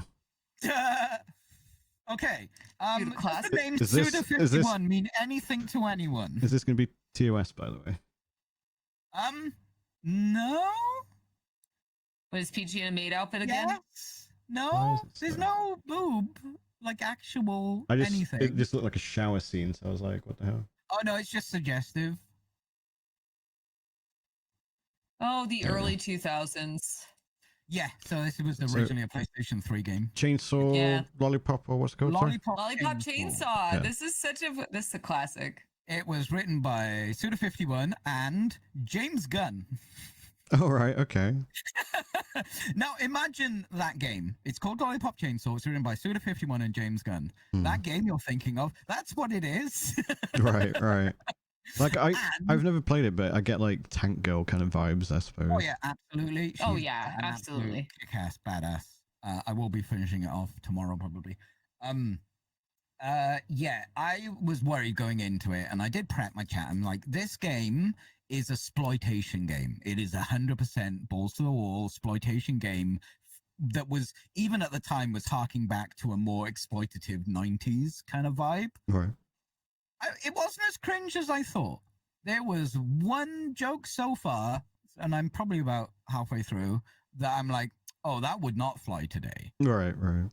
And it's that American word that begins with R Right. that is just not cool. Yeah. But back Games like then, this, it was just so thrown about all over the place, so it probably this wasn't game? even put in as an edgy thing. In this In game, Lollipop Chainsaw. the thing with games like Lollipop Chainsaw is there's a few games and also shows like this where it's like they're just such a product of their time that it's very hard to get through them when with the At the time, it was a throwback to the 90s. So yeah. It knows what it is when it came out, and now someone's basically the only way to play this, unless you want to fuck around with PS3 emulation, you don't. Spoilers. This is the only way to play it. It is missing a lot. Yeah, somebody just said the remake is bad, so It's can not you explain how? bad. Well, okay, I've heard what it's would an make optimized. it lackluster? It is a It's not optimized. compromise. Okay. Got it. If you can set up your PlayStation 3 emulation and get this fucker running, just have at it. Go at it. I'm not going to do that, and I love emulation allegedly. It's missing a lot of licensed music, which actually affects the game. There is a scene with a combine harvester, and in the original, the song "You Spin Me Right Round, Baby, Right Round" kicks in, and you just mow down all these zombies. And it's you know that in games they just have, hey, here's a little treat, and then we'll carry on with the game. That's what that was. In this, it hasn't got the music. The physics are close, but not quite where the original was. It's also a game from. Did you play the original, Peachy? Yes, I played the shit out of the original because I understood what it was. It's an exploitation video game. And when I played it, I didn't know who Suda51 is. It's one of those cult classics too, because when it first came out, it didn't really get a lot of attention. No. But then as it aged, more people like looked on it more fondly. Yeah, I think the people who played it enjoyed it for the most part, really enjoyed it. But it wasn't huge, and now it wasn't really announced. It's a small dev team that have converted this. There's the obvious pitfalls of the visuals aren't exactly where you'd want them to be. The frames are dropping a fair bit from what we're seeing as well. No, I didn't actually notice any frame drops. I thought you meant me, and I was like, no, it's not. No, I mean like in game. I was totally downloading something. I don't think I dropped any frames on. I do stream at 30 FPS though. Oh, okay. So, is the game at 60 FPS? Yes. It is. There is no. It is a compromise. There's no graphical options for the most part. You can turn VSync on. You can do that. They've also got a mode that tones down the violence and some of the sexual nature of the game, mostly the sexual violence part of the game. Right. But as default, it's just as it was. Was there a lot of like sexual violence in the original? I didn't play the original. No, but she is treated like a sex object in the game by the villains. Right. So there's a lot of, slut. Very, very much a product of its time. Yes, but she isn't like that. She's this wholesome girl who is an absolute zombie murdering badass. Which is how it was back then. Like I'm telling you, back then they knew what they were making. It wasn't like, oh, we're just going to make a game of the time. They knew they were making an exploitation game. Like they knew what players were going to do as well. Because when you angle the camera down, so you can maybe see a little upskirt, she puts her hand in the way and nice. Don't be a perv. Like, they know what's going on there. It's fine. It wasn't as cringe as I was thought it would be. It's not the best port, but do you want to play it at 60 at more than 720? This is the only way to do it, unless you want to fuck around with emulation. I suppose my question is why? If you're gonna remake a game, why this one? You can't play it anywhere unless you've got a PlayStation 3. You cannot play this. So do you think it's a project of love where they were like, we want people to play this game, because it's not a moneymaker by any means. No, it's not a moneymaker. That's why they haven't shelled out for any licenses or anything. That's why it's a smaller dev team who are like, we got the IP of this. I don't think it's got anything to do with, is it Grasshopper? Whatever the studio Suda had back then. It's got nothing to do with any of the original creators. It's people like, oh, do you remember this game? You can't play it now. Let's get the IP.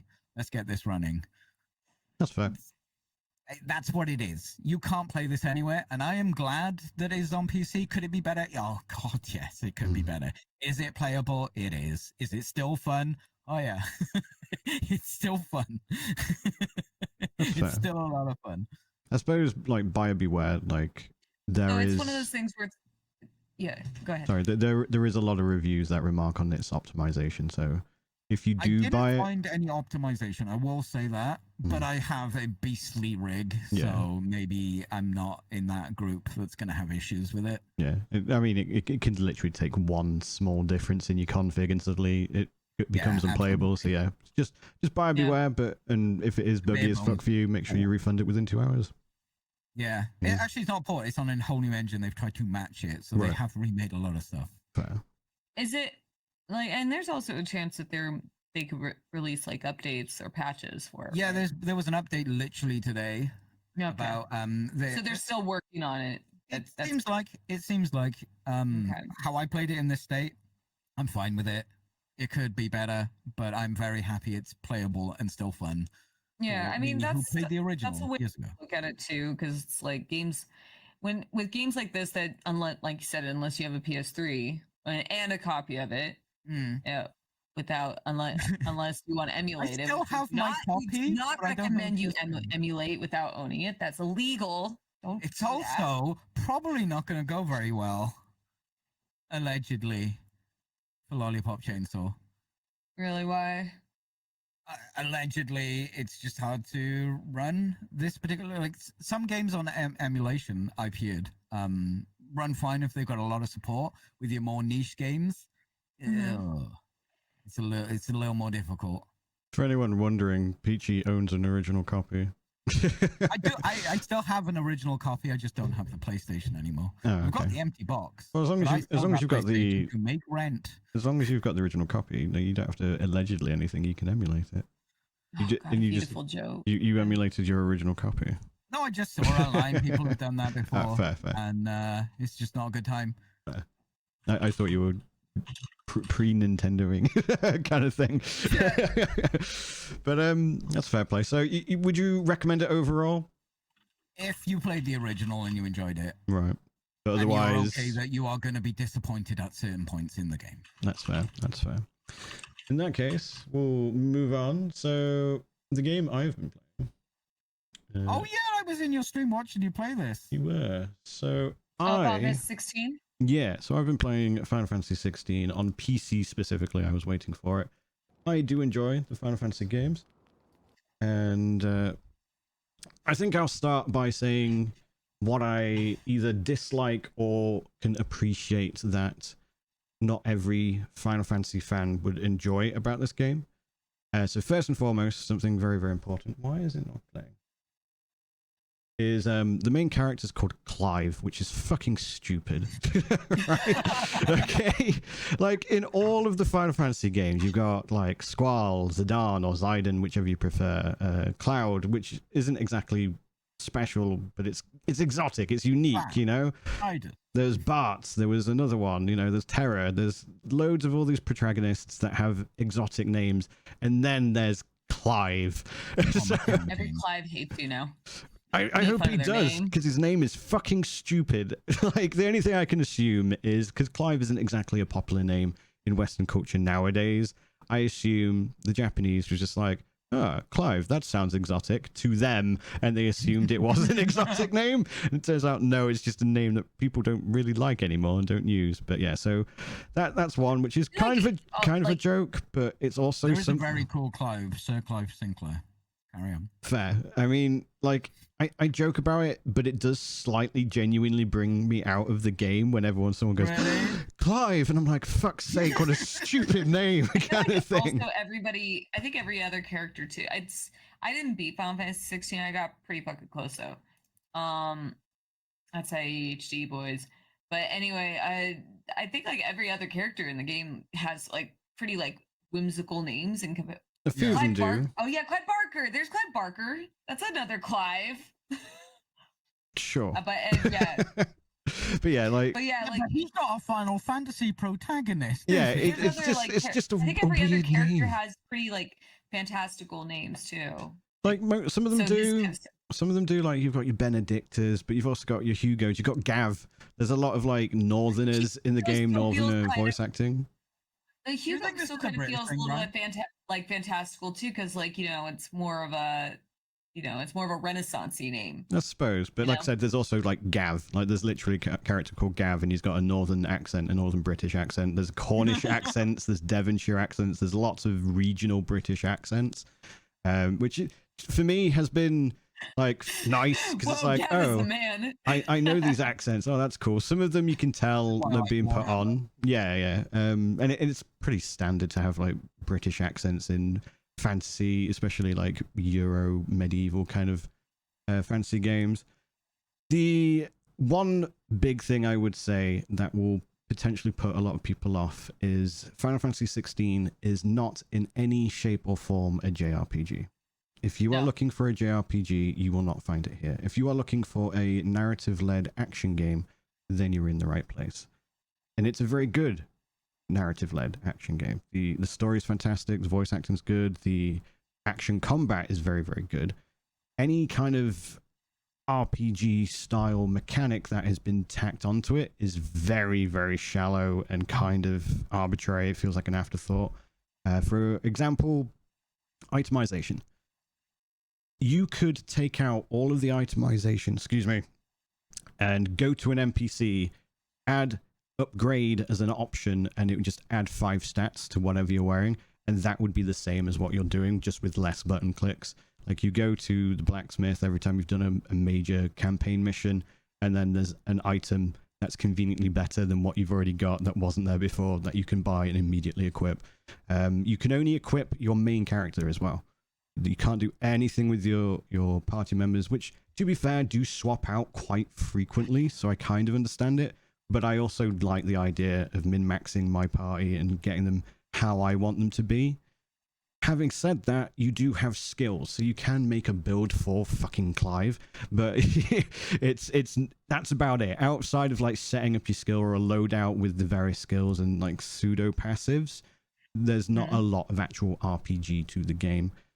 Likewise with exploration, the style of exploration is very, very similar to Final Fantasy 13, which was quite contentious when that came out. There's a lot of running through corridors. There's not a lot of, well, there isn't any open world. There's not a lot of side quests either, too. It's like, so that's the side quests.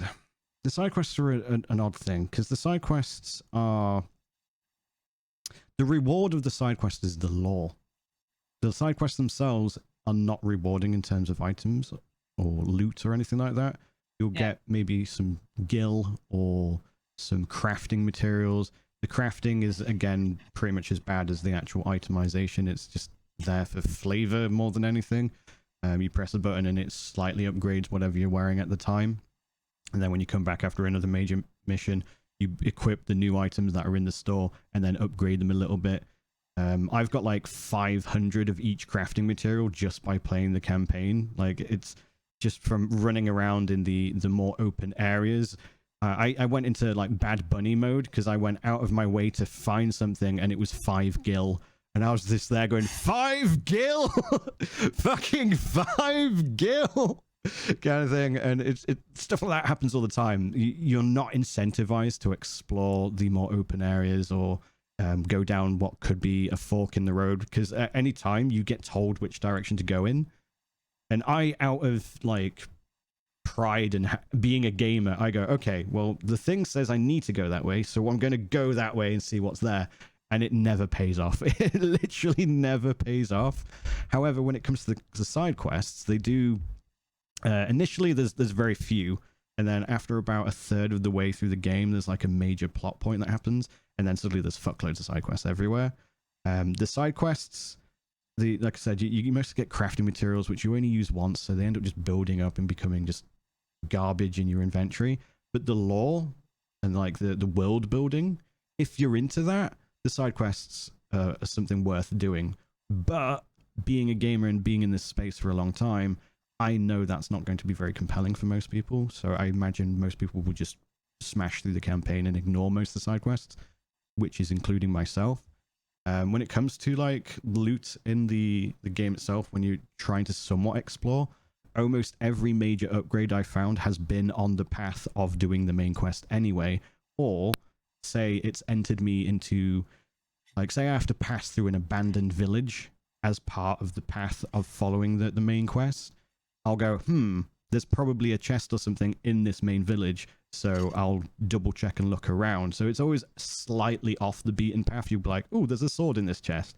Otherwise, anything that's actually out of the way that you would expect to be rewarded by, even things that are guarded by like mini bosses and stuff, you'll get like 100 gil from a chest, and you're like, I don't fucking care about 100 gil. I've got like a million gil already. I don't need money, kind of thing. But if you're looking for a game that has a really, really well-written story, the voice acting, 99% of it is fantastic. There are times like Clive has a very deep voice. See, his name's Clive. See, and like Clive is voiced by Ben Starr. And obviously I've joked about Ben Starr before when he did his "It's a me, Mario." That clip that I played to you, that is actually the voice he uses for Clive. And because of that, there are times where he tries to be like emotional or sad. And I think the way that we've been raised on games is you hear this really deep, gruff voice, and then you hear emotion and it sounds out of place. And it's just like, it feels like a juxtaposition, but it's not, because just having a deep voice doesn't mean you can't be sad. You know what I mean? But that voice is always associated with people who aren't sad. What I remember, because I'm trying to like rack my brain while I'm listening to you, but like I'm trying to rack my brain throughout my own experience. And I remember Clive was just a very unmemorable character. He just not a lot of range to him, and just he's kind of a boring. I actually like his character. I just think sometimes when I hear his voice, like, or his name, yeah, like sometimes he'll be doing like a really like emotional scene, and you can, at least to me, you can tell that Ben, the voice actor, is struggling to maintain the gruffness of the voice whilst also trying to sound sad or empathetic or just in some kind of other emotion that isn't either nonchalant or angry. Like when he does the angry stuff, he sounds really authentic, and then sometimes he'll be like, I sound sad. It's just like, really? Like it feels a little bit out of place, but otherwise, the vast majority of it is really, really, really good. It's got Can I tell you something you didn't like about that game, Bryan, in the hour or few that I was in your stream? Sorry, say that again. Can I tell you something you didn't like about that game when I was there? Go for it. Okay, now stop me if I'm wrong. This sword is better, but it doesn't look very good, so I'm not using it. No, so there is a transmog system. God, so as that's long why Bryan and Kevin get along. No, there is a transmog sword. system, so you can just change to a sword that you found previously. As long as you've had the sword at some point, you can use any skin for it. Cool. Yeah, I like transmog. Yeah, so you can transmog. Yeah, transmog is pretty dope. There is different outfits. I don't know if you have DLC to get extra ones. There's basically a different outfit for your dog. So there's his basic dog skin fur, and then there's like this lightning kind of fur. They skinned a dog? Yeah, it's kind of wacky. Then there's a different outfit. The dog is actually really sick, and you can pet the dog for anyone wondering, and you can feed him snacks and stuff. You can pet the dog. But the outfits you've... Pseudo spoiler, he's in this armor that you've seen in the preview so far for quite a chunk of the game, and then he suddenly gets a new outfit, and then you can switch between the new outfit and another one. The other one's a bit twinky for my tastes, so I was like, I'm not gonna go with that one. But there only seems to be the two outfits, so I don't know if you can unlock more or find more. Again, anyone I've been craving a Twinkie right now? Twink with a deep voice. I don't know. I can't envision it. Is yeah. anyone craving a Twinkie right now, though? No, not personally. Yeah, but yeah, it's there's a lot of stuff to like about it. One thing I'm particularly fond of is the spectacle. I'm not going to show any of it, but there's if you've watched the trailers, then you'll know that fucking Clive, can turn into Ifrit, and there are big like kaiju battles that are in the game. I don't know why the footage keeps freezing. But there are big ass kaiju battles that are in it, and they are very, very fun. There's a lot of spectacle. You are just there going, "Fuck, this is awesome! I just punched Titan in the teeth," kind of thing. And like, there's just loads of really cool shit like that. It's very, very power fantasy, very, very fun in that regard. If you're just looking for something that just makes you feel like a boss, highly recommend playing it. The combat is also really, really good. It's the same like combat director for Devil May Cry games. So they specifically brought him on board. So it's very flashy, very stylized and whatnot. It's a very pretty game. It is a very pretty game. Fantastic. The whatever, I don't know what they're called. Are they Eidolons in the game? Icons. Icons, that's right, because they always change their name. Yeah.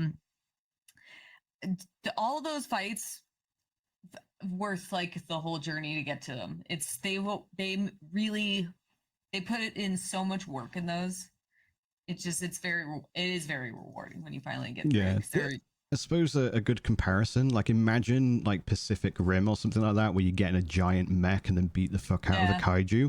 It's kind of like that, but instead of getting in a giant mech, you just turn into a giant demon dog and just beat the shit out of things. Like sometimes like there's one thing that's literally the best way to word that. Yeah, there's like one fight where you're literally fighting something the size of a mountain and you kick the shit out of it. There's this demon dog and it's Titan. Was it Titan, I think? I was trying not to spoil, but yes. But yeah. I mean, the game's been out for a while now. I know. But yeah, it's got a lot of spectacle. The combat itself is... He was in the demo.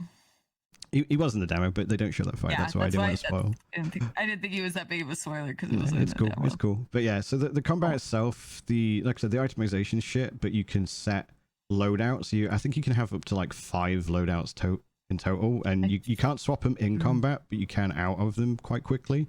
And then the loadouts are based on your iconic powers, basically. And you can swap those depending on how much you've leveled them. You can acquire new ones by spending ability points and stuff like that. And then if you're someone who likes being quite flashy, like you perhaps would be in the Devil May Cry games where you get like a ranking after you do like a boss fight and stuff like that, you have got the means to do that. But if you're someone like me who plays a lot of action RPGs and then tend to min-max, what I've done is basically I've got a loadout where I go, okay, here's all the things that do stagger, use those. Oh, they're staggered, dump all the damage with all my other abilities, like just spend all my cooldowns, and then I rinse and repeat that. I think there is an arcade mode, so when you go back to like your hub area, there's like this little stone that you can touch, and then that will give you the means to replay parts of the game that you've already done. I think that does grade you, so if you're into that sort of shit and you just want to be like Sunny Legend on Twitter and do the fanciest, coolest looking shit, you have got the means to do that. But if you're someone who's just looking to look a little bit cool, but also just smash the shit out of things as fast as possible, then you can min-max it as well. Like there is a fair bit of build diversity. I think some of the skills are kind of like, you read them and you go, yeah, I'm not going to use that because it's way underpowered in comparison to something that has the same like costs. So it could use a bit of balancing in that respect, just to give you a bit more build variety if you are the sort that likes to build craft. But otherwise, if you're just looking for a fun action RPG, well, a fun action adventure, let's say, that's narrative-led, highly recommend. I'm very much enjoying it so far. I think I'm about 2/3 of the way through it. The average playtime seems to vary between about 30 to 50 hours. I've done about 25 hours. Final Fantasy game. Yeah, most of them are usually like excluding side content is like 20 to 40. Most of them have been like that, and then it could be up to 100 if you want to do all the side quests and all the completion and shit, which is pretty much the same for this one. So it depends on much. There also is the DLC. Did it come included with it? There's 2 DLCs. You still have to pay for them separately. Although I think there's probably like a deluxe bundle edition that I haven't touched the DLC on the PS5. haven't like because I didn't beat the game, so I was like, I don't really need to buy them. Yeah, But I didn't bother buying them. and but I know there was two. I was because I saw one thing I do respect Square Enix for with this release is I noticed that they didn't charge full price for it. They charged 50, I think. That sounds about right. I think I paid like 35. Currently on Steam, the complete edition is £65. And that's with the 2 DLCs, yeah? Yeah, it's probably with the DLCs, Yeah. The Fallen and the Rising Tide. Yeah, so it was something I know. How's the optimization for it? Is it? Well, I'm rocking a 4080 Super. So the fine. yeah, so Yeah, the cinematics are 30 frames. They're locked at 30, which I was a bit disappointed about. I didn't want to do that. But it's not too The bad base because it's game just is cinematics. $49.99, $70 for the 2 DLCs for the complete edition. That's the conversion period here. So that's not bad at all, because you could also, if you wanted to, buy the base game and then just get the expansion pass, which has the 2 DLCs, and that's $5 there. So all the downvotes I'm reading on Steam are pertaining to optimization. That's what I kind of figured was a lot of times when a game gets ported over to PC, like there's usually some sort of optimization problem, and Square Enix is pretty notorious for it. Hence why I ask. Yeah, it could be an issue. My speculation is probably that people are just trying to push the game beyond its means because it is a graphics-heavy game. It's very, you do find that people go, oh, it's not optimized. It's like, mate, you're running it on Ultra on a 9060, behave yourself kind of thing. You know what I mean? So it could potentially be that. I didn't notice any hitching or frame drops. Outside of the cinematics, I would be playing at 100 FPS, which is the maximum my monitor can do. So. Some people are marking there are optimization mods out there in the world already, so yeah, fair. There usually are, because I know because with a lot of like these games, especially from Square Enix, I've noticed there's always like some sort of optimization issue, and usually you gotta give it some time for some patches or mods. Yeah, but overall, I would highly recommend it if you're looking just for a really cool story. There's definitely been moments where I've gotten very like emotional. There's some very heartwarming moments, some very sad moments, some very funny moments. Definitely very well written. It's good in that respect for a Final Fantasy game. But if you're looking for a JRPG and you don't like action games, steer clear, because it's not a JRPG in any shape or form. And if anyone tells you otherwise, assume that person was recently hit by a bus and has brain damage. I think. Yeah, I mean, what's your thoughts on like the overall tone for the game? Because it doesn't feel very Final Fantasy-y. Like it's very, since it's leaning so much heavier in the dark fantasy. I would still say it's very Final Fantasy, because like the Final Fantasy games, in terms of like what eras they've represented, have been like, we've had very modern looking ones, like very sci-fi ones. We've had some very medieval fantasy ones. It's very spread. It does the usual Final Fantasy thing of going, this is the plot, and then you get 10 hours in and it goes, aha, the mask has fallen off. It turns out there's actually a different bad guy who's far worse than this one, and this is actually the plot. Oh, and then there's another plot twist. Okay, it does that a lot, where you think, like in Final Fantasy VII, it's like, we are eco warriors. Oh wait, there is this omnipotent guy who wants to actually destroy the planet. No, that's the real bad guy kind of thing. It wasn't Shinra all along kind of thing. And it's very similar in this. You're like, oh, these are the bad people. Oh no, there's actually a different bad thing. Oh wait, no, there's an even bigger bad thing. So yeah, that's standard JRPG fare though. Like, I know it's when do you kill God? That's all I'm going to say on that. But yeah, I would say it feels Final Fantasy in terms of story and setting, and again the story, how well it's written as a story. I always find the Final Fantasy games to be some of the more compelling out of the RPGs I play. Final Fantasy K-pop, but it had moved so far away from the combat that I wanted from Final Fantasy that I was like, I'm not sure I'm here anymore for this. I mean, the music's great. It looks beautiful. The music's amazing, but every Final Fantasy has amazing music. It's a Final Fantasy. That's a standard. It would be riots in the street. They've never slouched on music. This game though, like it really, like they worked really hard on like. I think a lot of attention went into like the icon fights, especially. Oh yeah. And just getting, really trying to like pump up that the vibe with the music there. Cinematic action game. It's super cinematic. I mean, it's so much fun to watch. Like to watch someone do the icon play through the icon fights or playing through them yourself, because it's such a big shift from what you've been doing.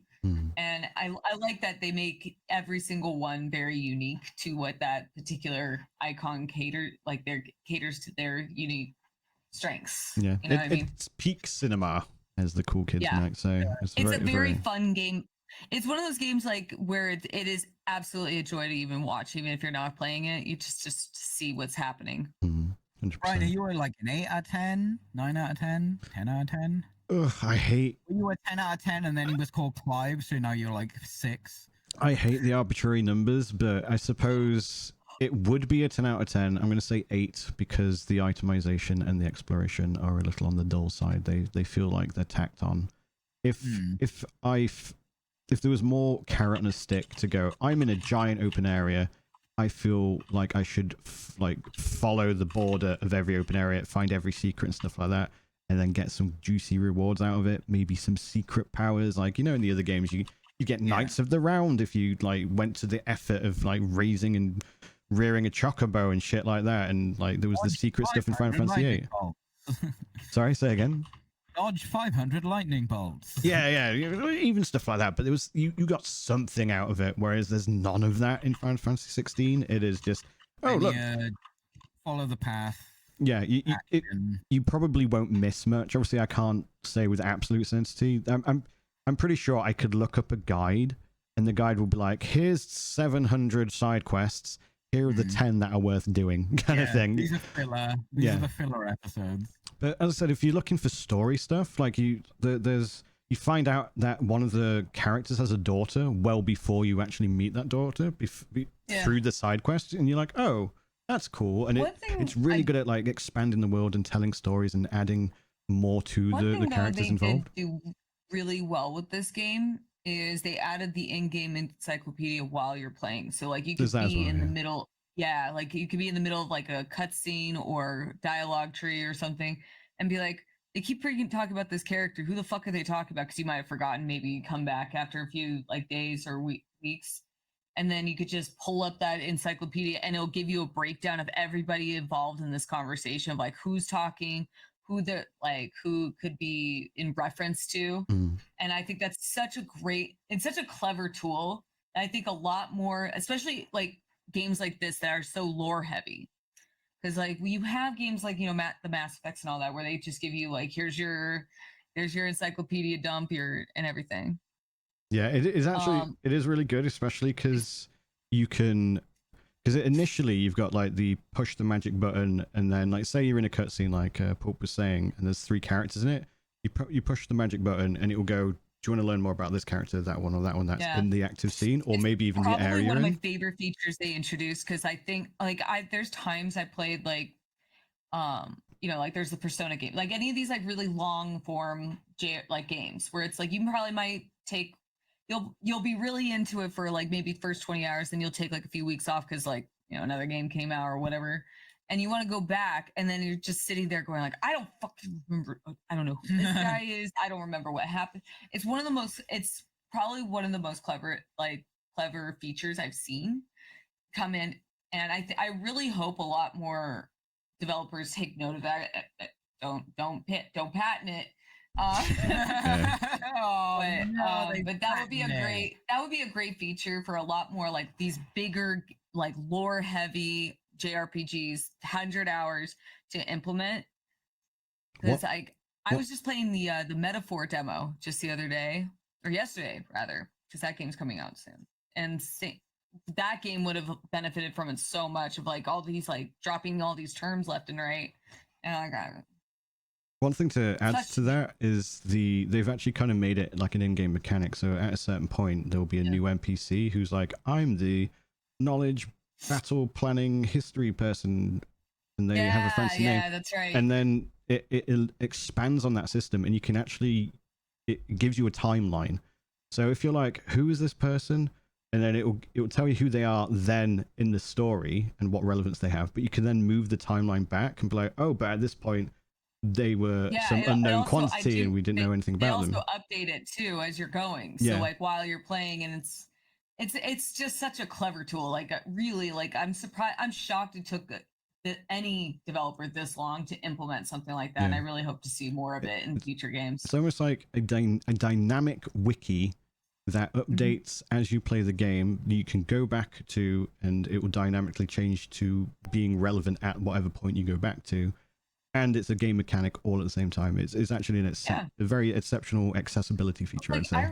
I remember playing through Final Fantasy 13, and I'm not a big fan of Final Fantasy 13. It's one of the few games I actually traded in. I legitimately did not enjoy that game. Which one was 15? 13. 13. Yeah, I didn't like the characters. I wasn't a big fan of that game at all. I was hoping for something different. Is that the one where you play for 30 hours in a corridor? Basically, yeah. And like, and then a lot of the characters are just so unlikable to me. I'm sorry if you're a fan of these games. Like every character was insufferable to me. Yeah, I remember I got stuck at a certain boss fight, and I was like, you know what, I'm fucking done. I'm done. This game is not even worth my time. But the reason why I bring that up is one of the biggest frustrations I had with that game, and I'm bringing this up because this is a feature that would have been really useful in that game, is they would drop all the terms like lassie, falsi, and just like drop like the cocoon and all these terms. And I understand, like, we don't want an exposition dump as players because it treats us like idiots. You want to pick up the terminology and the lore like organically. You want to be a part, like, invested into my immersion, you know. But that game, for some reason, was so needlessly complicated with its lore, and I'm pretty sure someone could probably like say, you know, like, oh, weren't paying attention, which is probably true. But all I know is they would drop all these terms like left and right, and I'm like,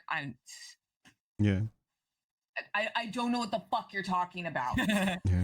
And it is a genuinely good feature. Like in Final Fantasy, because they're keeping themes go over. They're like, oh, we have to rename this, and we got to rename this. Well, keep that. And that's the thing. That's the thing with Final Fantasy as a whole. Like all the games they like, and I think that's why I didn't like Final Fantasy 13 so much, because it well, unlike most of the other games, it didn't feel like organic. It was just all these like terminology drop. It felt like an inside joke for the game where it's like, I'm not in on this joke. I don't know what the hell they're talking about. Anyone? Is there a Sid in this one, Bryan? Yeah. Speaking of which, I do enjoy seeing a Sid. I love a good old Sid. Yeah. I love Sid. He's almost always one of the best characters as well, and he's an one of the exceptional best characters in this game. Yeah. He is the best character in this game. He's voiced by, what's his name? He does the voice of SpongeBob. No. The thing is, he's actually got like a really deep voice, but and he plays the Kurgan. Yeah, sorry, but he plays the Kurgan as well. What's his name? Something Clancy, is it? I have to look up. That's fucking tickled the shit out of me. Oh no, it's Ralph Innocent. Yes, it was Sidolphus. I forgot that they gave him like. There's a shortened version for it. Sid actually has a long form of his name. Yeah, it's not just Sid. It's Sidolphus. It's not Thingy Clancy or whatever his name is. It's Ralph Michael Innocent, but very famous, deep voice. They made him quite sexy in this game too. But he also, like, his character, for some reason, his model, like, it almost feels too casual at times in comparison to like what I do think the model looks a bit young as well. Yeah.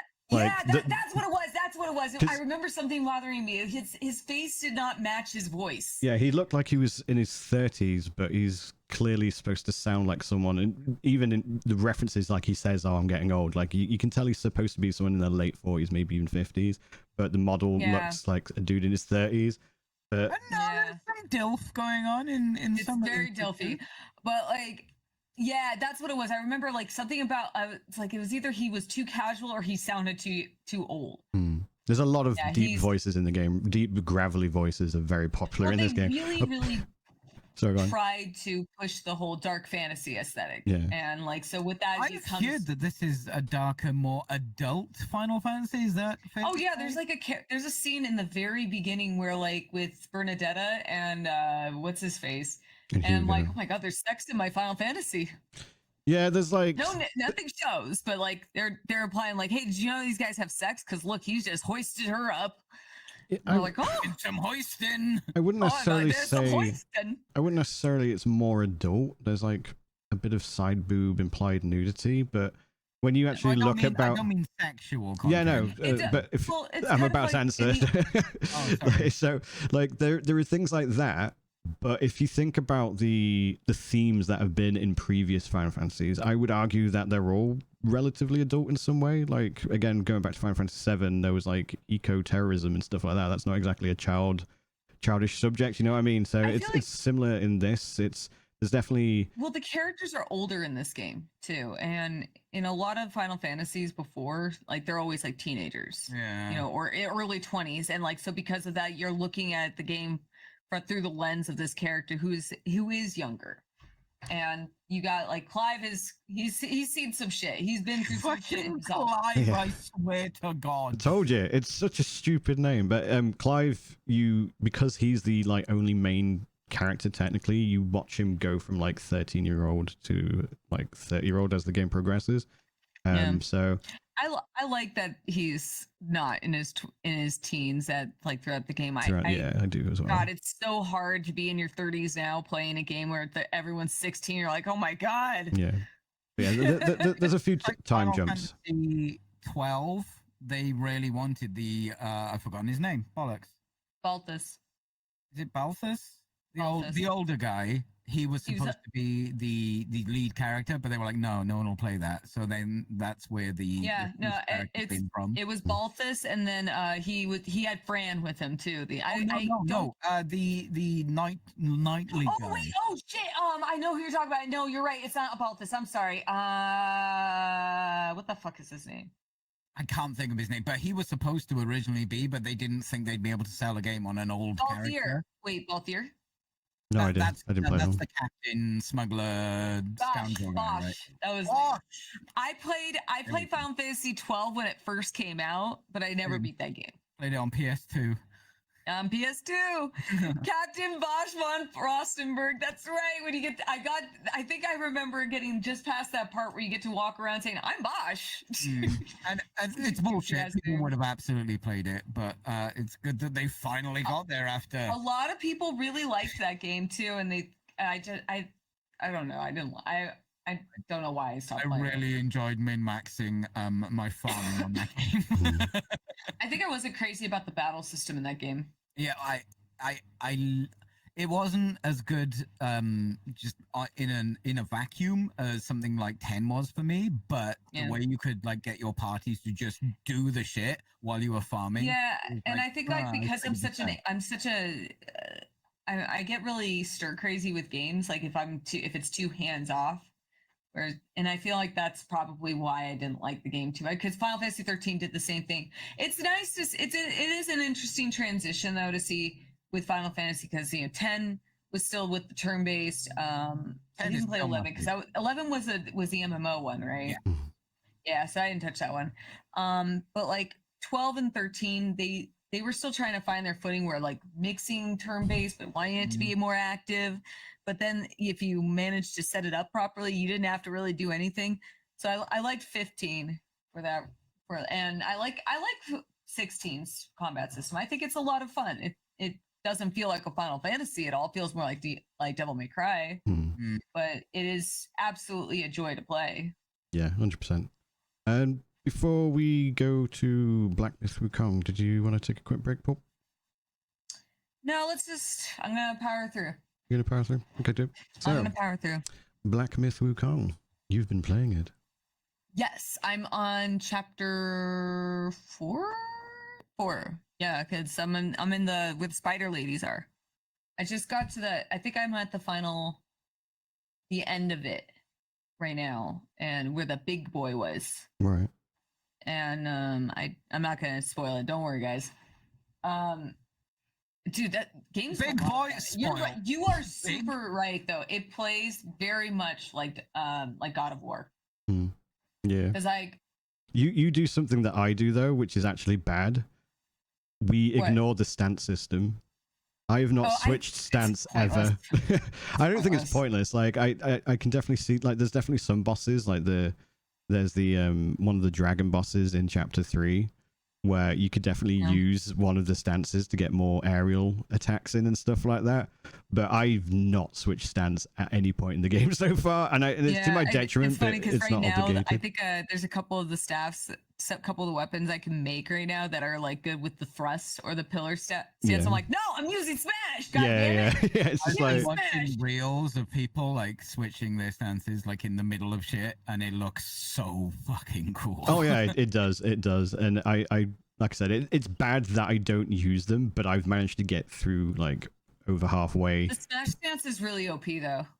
Yeah, if you build it correctly, it's very OP. Yeah, it's very strong. I feel like if I actually put in the effort to learn the other stances, it would not only look cooler, but I'd also be more efficient.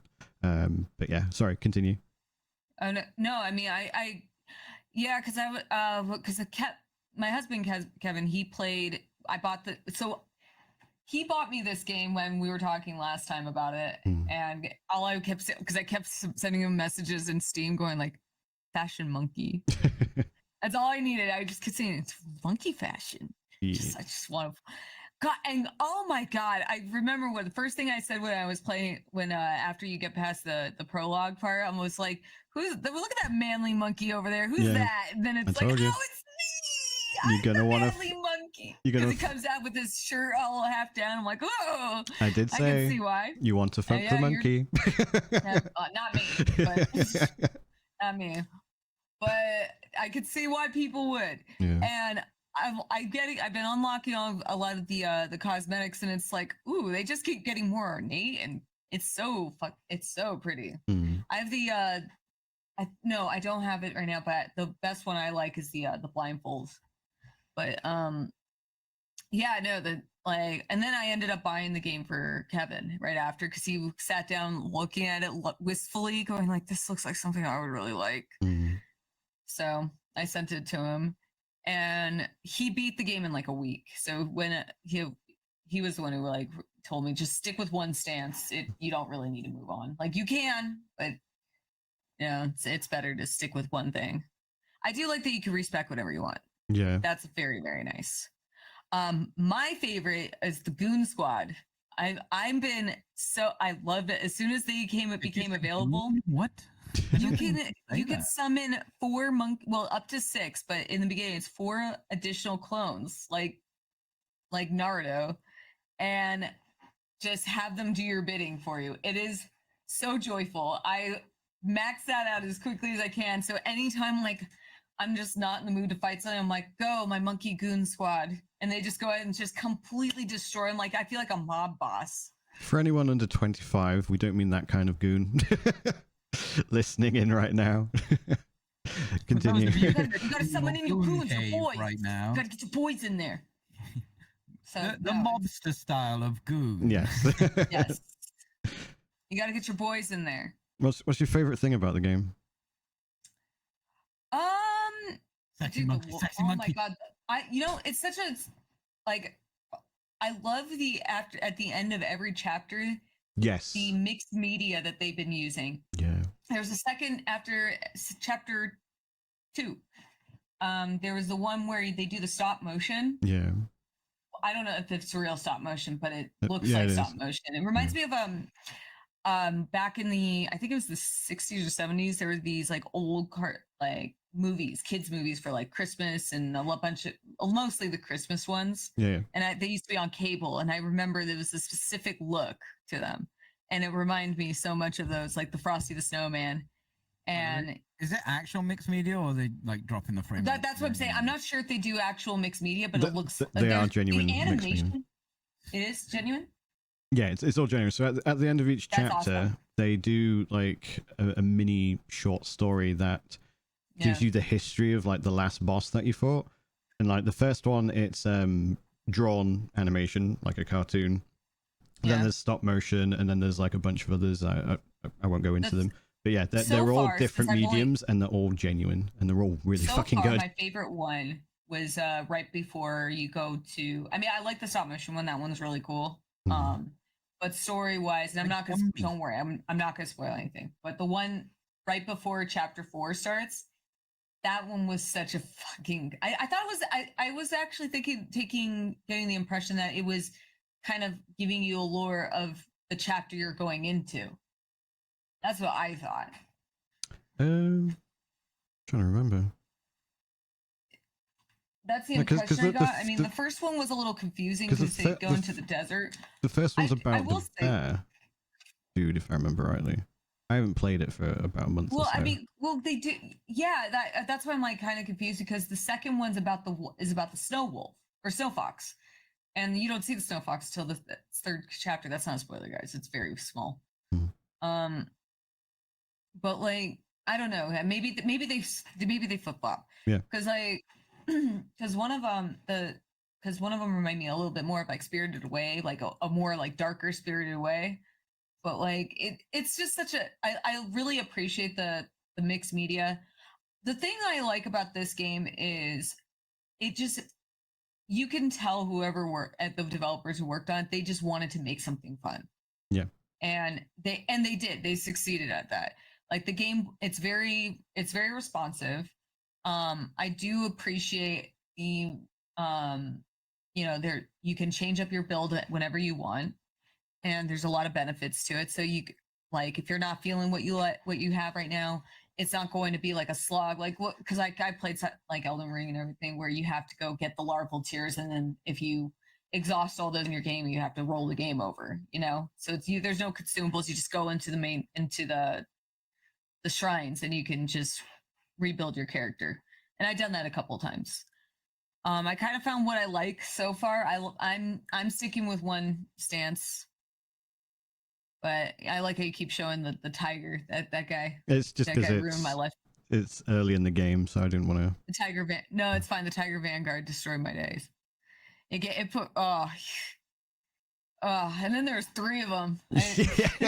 I was in a Pulp stream and like just helping out with like extra He's like, secrets and "There's 3 of stuff. them." I'm like, no, there's not. There's not 3. This bitch is ruining me. Because she was like, "Oh, Brian, I beat the tiger," and I went, "Which one?" And she went, "What? What do you mean, which one?" And I was just like, "Oh, right, you fought the easy one," kind of thing. Oh, But then I told her where the other 2 I don't were. think he was the easy one. I think he was middle tier. Yeah. The dad. I think the dad's the easy one, and then the mad tiger, which I think is like the little brother or something like that. I walked in, he destroyed me like right when I stepped in there. I was like, God damn.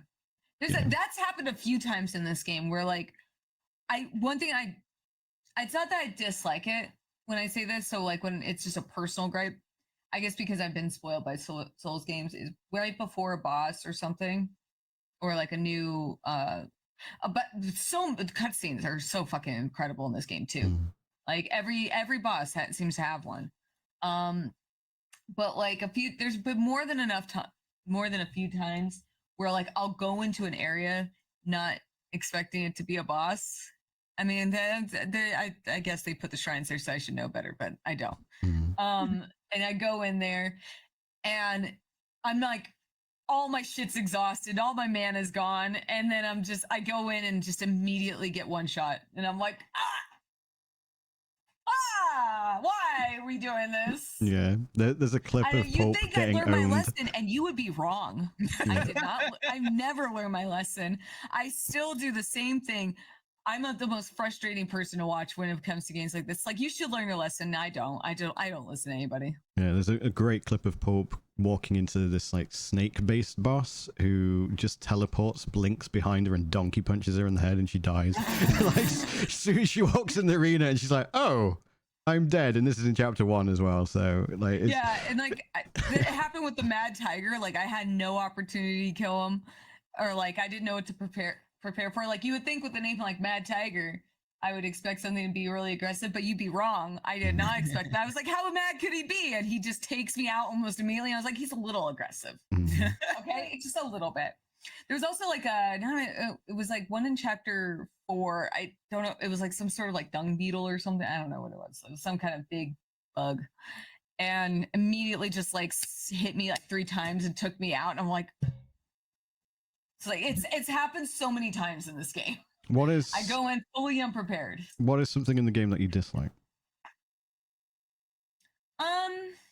I think I know that you could. Oh, I feel like there's not a lot of guidance for some of the side quests, and I feel like you could benefit from that. I mean, I know some, and I because I have the same criticism for Souls games, and I know like anybody who likes Souls is gonna disagree with me, and that's fine. You're welcome to be wrong, but I think that if you're going to be giving people like these like in this game, like there's no map, and you mentioned that the last time with the last episode that there is no map, and you warned me about it, and I was like, how bad could it be? How fucking bad could it be? It is bad. Because do you know how many fucking times I've turned around? I've been here like 50 times. I don't know where to go.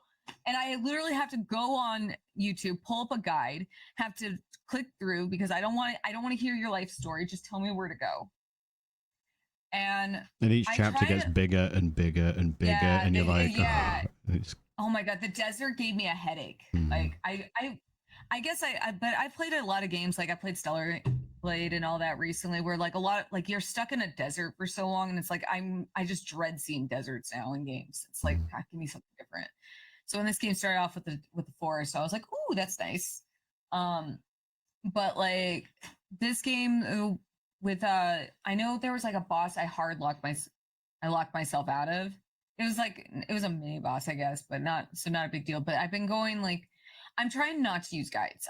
I have a strict rule with myself. I really do not want to use guides until I really need help. I don't like it when people backseat me either. So, you know, it's just, I want to be able to figure stuff out on my own.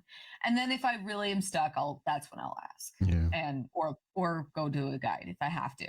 And in Black Myth, it's so easy to miss things. And that's what I was getting at is like, there's not a lot of guidance in the game. And I'm not saying it's a requirement, but when you mentioned it on the last episode where we,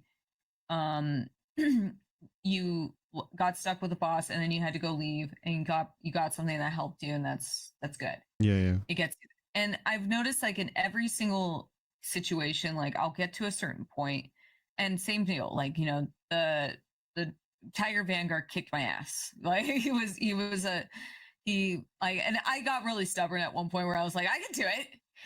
A lot of times I'll get really close and then I'll be like, I could do it.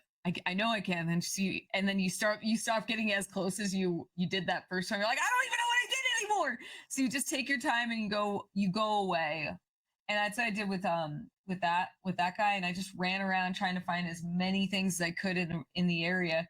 But like everything looked the same. And there's no map to guide me. So I would find something. It's like, you got to go back to him. Like, where is he? I don't remember. And then I'll look up a guide, go to this shrine, and then go to the right. And I'm like, okay. And I'm back where I was. Just everything looks the same. Everything looks the same. And that's the problem as well. Like the one you mentioned that in chapter 2, there's a completely hidden system that I didn't even know existed. So there's an actual mechanic where you get an item called a vessel, and a vessel can give you a temporary buff, but it can also basically disable the abilities of a very specific boss in the game. There was one of these in chapter 1, and I didn't even know. The transformation thing that Pulp has, where she turns into like this dog that has a fiery staff instead of being a monkey. I missed that boss completely and didn't realize because, or rather realized afterwards when I accidentally stumbled across a similar event in chapter 2. So when I finished chapter 2, I went back to chapter 1 and I was like, there's got to be something I've missed here.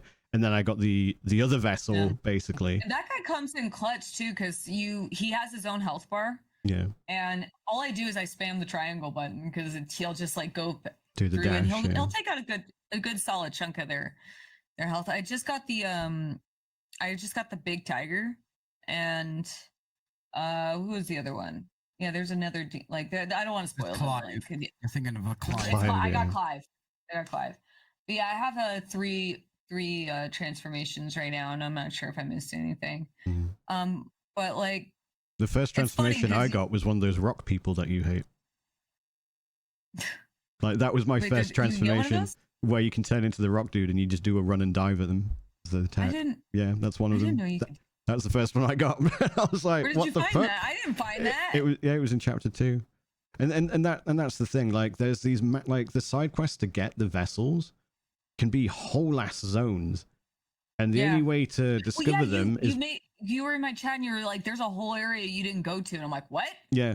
What do you mean? There's a whole ass area I didn't go to?" And to discover those areas, you have to do a side quest, which it could be any random side quest, and then those side quests involve having to pretty much explore the entire zone again, because like in chapter 2, you've got to find this pig dude, and there's nothing that tells you where the pig dude goes. He just disappears and ends up in another spot. Yeah. So you just have to And- explore the entire map again until you find him, and then you have to do it, I think, another time. With him, I used a guide. I just Yeah. was. Yeah, think I found told the you to. I was like, you will not find him without a guide. Just find the guide Yeah. now, kind And of the thing. thing is like that's why I was saying like I have the same complaint with Souls games. Like Elden Ring has a like they updated it a little bit by adding like markers on your map, and they do that in this game too. Like on the shrines, they'll show you a character where they are. Yeah, yeah.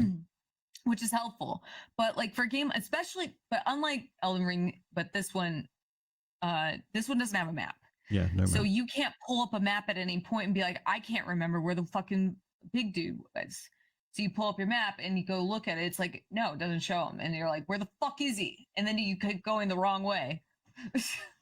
Did So you? like that's a huge gripe, but I don't know if they'll I don't see that being something they could fix with a patch, but it is something that really brings down the experience in that regard. And Mhm. that's like my biggest complaint. And there's so many highs in this game. It is such a phenomenally developed game. Like it feels fresh. Every boss fight, like there's something new to learn. Like there's some repeated, character models or palette swaps, like the frogs, for example. Yeah. But They're very but, few like, and far between, and even then, they they're very few. usually add a twist to it. Like you fight like a basic bitch giant toad, and then there's a Yeah. lightning version of it and stuff like that. So it does add new Yeah. moves and stuff. Yeah, and I had like a boss that I fought in chapter 3.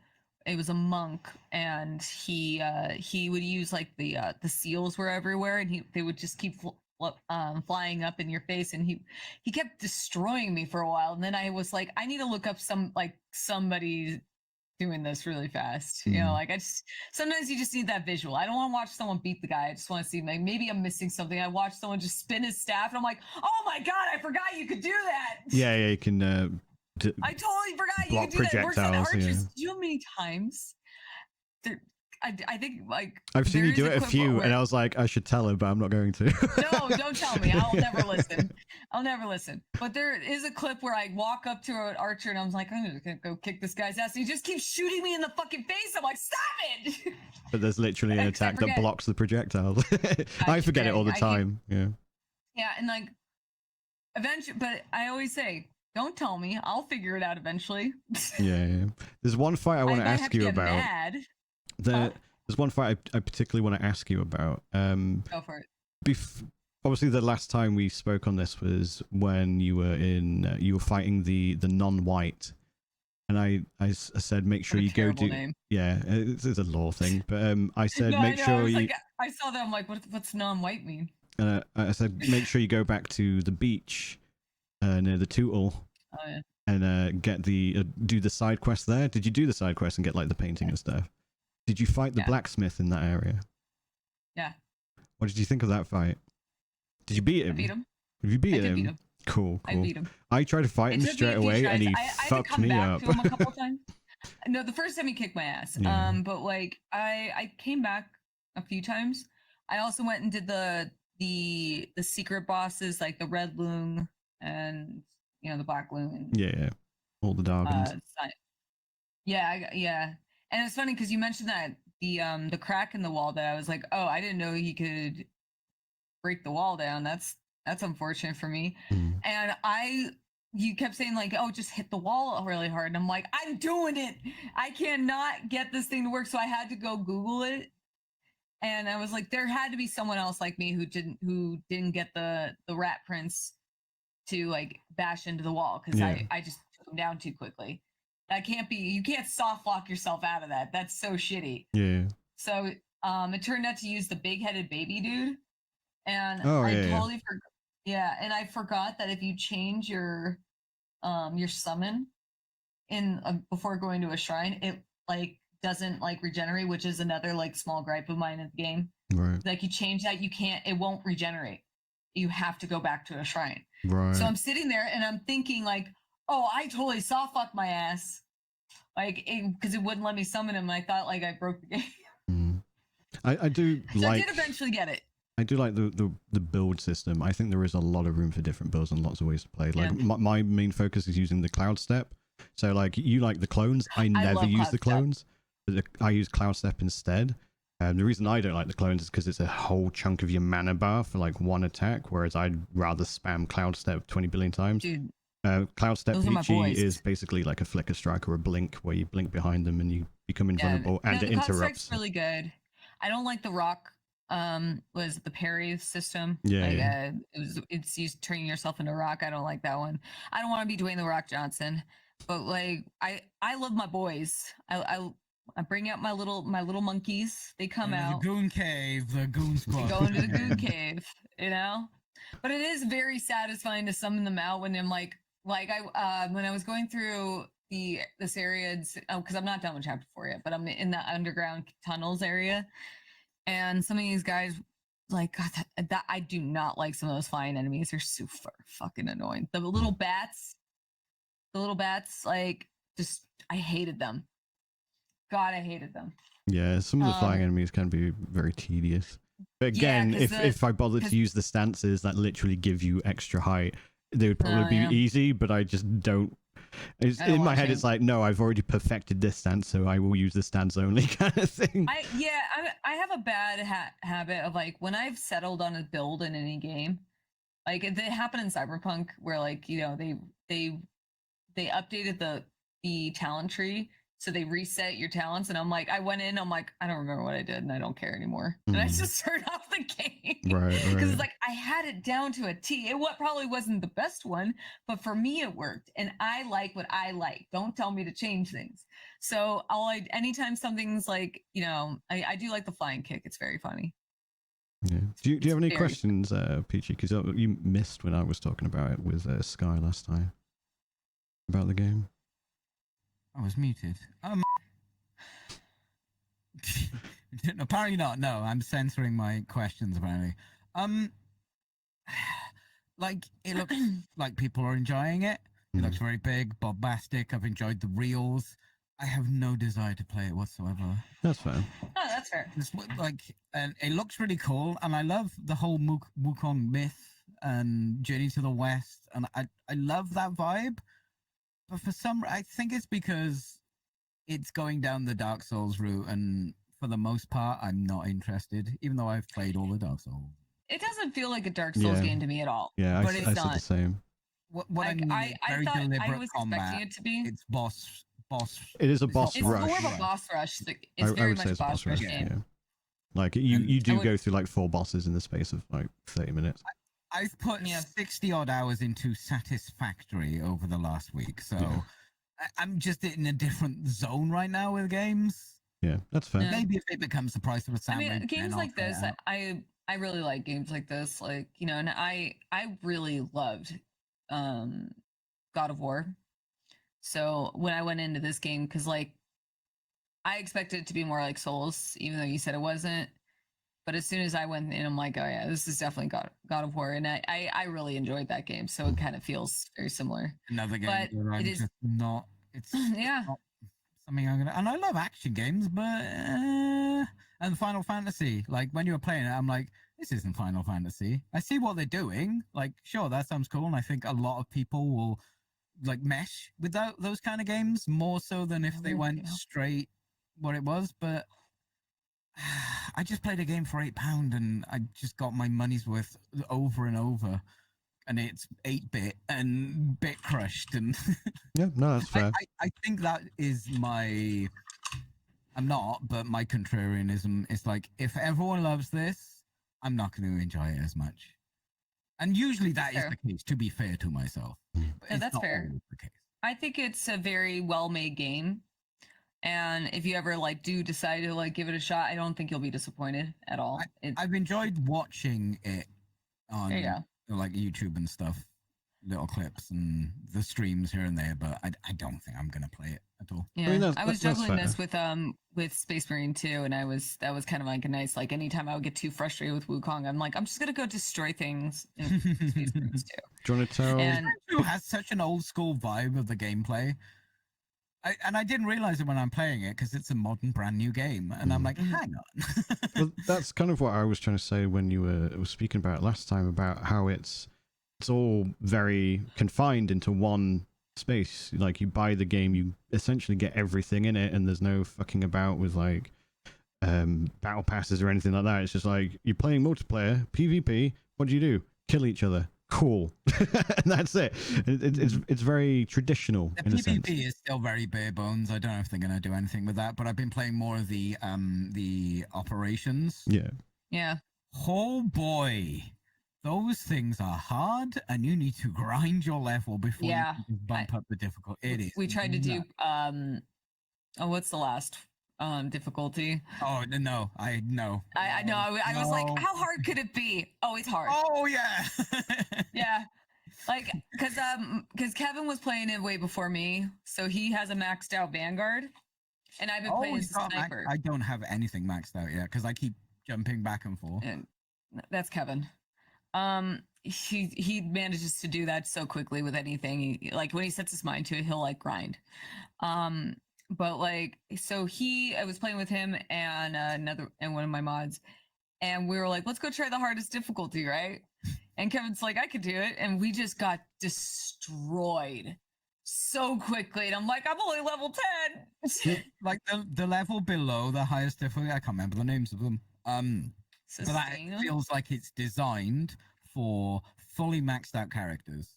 Yeah. And it will be tricky. Well, but they you can do it. patched it to God gamers. to nerf the Terminids, and also I know they patched it.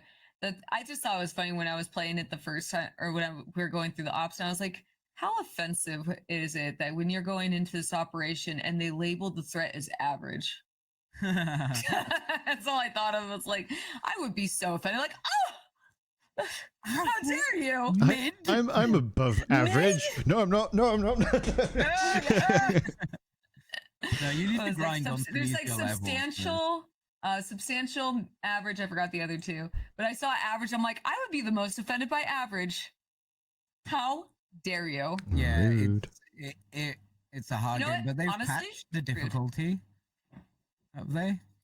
Maybe I'll try. No, I'm not ready to try it again. I need to max out something. It was just like, oh my god, my shit has just been pushed in for 15 minutes straight. Yeah. It's just They really every make you- single step was just They really make you agony. regret it. Yeah, for sure. And especially because like because I've been like as a sniper. I mean, it has helped me like rethink, utilizing the stealth, and I'm just like becoming more of like helping people get up when they're dying. But yeah. man, I have to work on my melee weapon, because like it's either you're using your sniper rifle or you're meleeing, because like I get overrun so quickly. Once I'm overrun, and I'm sitting there. A lot of my engagement though, while I've been playing, is you'll hear a lot of like, because Kevin, because he's a Vanguard, he really likes to he takes a lot of the executions. And the amount of times I'm like, I need my shields up, and you took my execution again. That's why I don't like playing with randoms, because when you're playing with people in a call, and you're like, I need armor. Can't, it's so not a you random, just it's my leave husband. the execution for someone. Like, Yeah. I mostly do play Vanguard. The sad thing is, Peachy, I don't have a choice. That's my husband doing that. He's coming in going like, I'm gonna party kill, or I'm gonna. The thing is, it's so fun to execute in that game. It is. It really Make is. it It less looks so fun if you have full armor. Yeah. That's what they should do.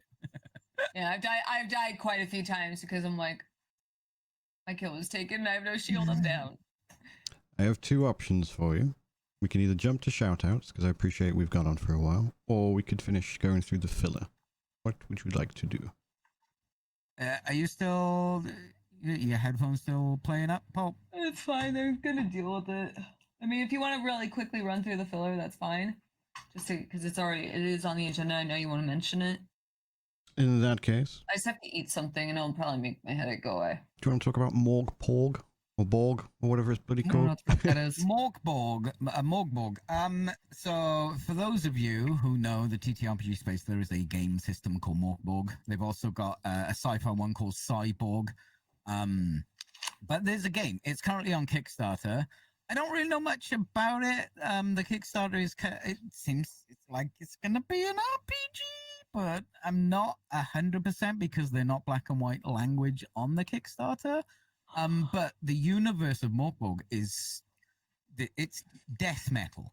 It is cyclonic death metal, but it's a TTRPG. I'm interested. I haven't actually supported it because I've stopped supporting Kickstarters at the moment because I've been let down a few times, which is, that's what you sign up for. Fantastic. So I've not kicked this one, but this looks cool. Oh no! Well, no. I made 13 accounts. You made 13 accounts for Fntastic, yeah. I mean, it looks cool. When you linked it, I was like, the fuck is this kind of thing? Yeah. And then I Googled it because I had no insight into it whatsoever. And I was like, oh. The RPG is really fucking cool. It's really cool. And it works for a ton of different types of games you want to play. It'll even work for comedy. It's really good with comedy, actually. Because it's so dark that the comedy really is that, like when you get a bit of salt in your chocolate, it's like, oh, now I can really appreciate this. Right, yeah. It's banging. It's definitely an interesting answer. Published, but they are launching a game. They're kickstarting a game. It's currently on Kickstarter. Yeah. I will link the Kickstarter. Do I have permission to do links in your streams? Are you VIP? I am VIP, yeah. That's the Kickstarter for those interested. Morgborg Heresy Supreme is the video game, specifically. It's a very cool system, and I hope this hits, and I'd be interested to play that for sure. I'll be keeping a gander on it. They're at just under 60k British pounds, and their target is 83.5. Wow. Yeah. Okay. It was a lot lower than when I saw that. Yeah. 3/4 of the way. They've got 25 days to go. So they're nearly there. So if you want to support it, they are 71% of the way. So yes. Nice. The next thing was I feel like Pulp will appreciate this more than Peachy, because I don't recall Peachy being a My Cabbage's enjoyer, but watched all of them, and I started watching Korra. Oh my god. Okay, I'm keeping my expectations low, man. I love Avatar, the Last Airbender. My brain just like shut down for a second. Nickelodeon series, right? Yes. We all love that. Everything. But I do not have any high hopes for a good game to come out. Do you know who's making it? It's who? The same people who made Space Marine 2. Oh. Saber Interactive. Are you now more interested? I will be cautiously optimistic. It's also set, like, I think it's 400 years before The Last Airbender, so you're a different avatar and stuff. So there's a lot of room to play with. Yeah, that makes sense, better. I think because then you can have actual fights instead of, just following a story that you already know. You could also do a lot more with that, because there's always they're alluding to the other avatars all the time. You can make a more adult story. Yeah, that's before the Fire Nation attacked, right? So yes, I want to say. Yeah, because I think the Fire Nation was 100 years before Aang, if I remember rightly. It's been a while since I watched The Last Airbender. But yeah, I'm optimistic about it. I would like to see what Saber can do with it, especially given the success of the last game, the Space Marine 2. So hopefully we'll get something pretty cool out of it. I know, like, there's been other not Last Airbender games, but Avatar games in the past, so I can appreciate Pulp's apprehension because they've been kind of garbage. So I get it, but I want something good. Yeah, no, I want it. I get that. As long as My Cabbages is in it. Did you watch the new live action series, by the way? No, I have no interest in it. That's fair. To be fair, they actually did a good job. I do think they took away some of the childishness of, like, Aang. Aang's quite like grown up, which I think is a bit poopy. But otherwise, I it's don't actually like a really that. good adaptation. Sokka was set up to fail because they removed anything to give him a character arc, right? Yeah, because they Not an asshole wanted to to get begin with. the fact, like the part about Sokka being like kind of misogynistic in the original. It's like that's not offensive. Like that actually makes sense for his character. Yeah, It's that like, was his character growth arc kind of thing. Yeah, so you take that away from him. Teaching a Why good is Sokka lesson here? to not be misogynistic. yeah. So I would say It's there are okay. small things like As a that. woman, I won't be offended if somebody is learning to outgrow misogyny. It's not gonna Yeah. piss me off. Good It's like, thing. how We want dare it. you? Yeah, we stand someone who can grow. But yeah, aside from that, I'll be it's otherwise a misogynistic good in his adaptation. I'm kidding. Like the combat and stuff that they do in it, like it is a really good representation as opposed to like the movie, which was just hot garbage. So I'm actually looking forward I to just the have- next season, which is going to be the next book. The game could be just cool. don't- That I could think be fun because to be a in lot of something it new. was mired by like some of the the production issues, like like what was it, changing writers or some shit. So the original creators were involved, and then there was we Something don't know like the that. specifics, but they had like creative differences, so they walked away from the project. But otherwise, Yeah, the and, adaptation and that's why is I had quite. that was what it was. I'm just gonna be honest, man. Oh yeah, Sokka's an actor pretending to be Native American to get a job. I heard about that. The thing is, like, there's a lot of these shows, like these live action adaptations. I just don't really have any interest. So the only one That's that fair. seemed to kind of interesting was One Piece, because I'm not gonna watch 1,000 episodes if I'm interested in One Piece. Mhm. And from what I understand, like the creator was like heavily involved, and it actually like reflected in like the production value. Whereas and then there was Cowboy Bebop, which I had zero interest in. So Yeah, I didn't That bother was with deal. not Bebop. very good. I heard it wasn't very good. It was good, but if you like Cowboy Bebop, it was not very good. Because Yeah, it didn't even get anywhere close to how The trailer didn't interest me. masterpiece Cowboy Bebop. The trailer had like zero. I had zero interest. The only character that was like because it felt like the vibe was right, and that's important. the vibe seemed okay.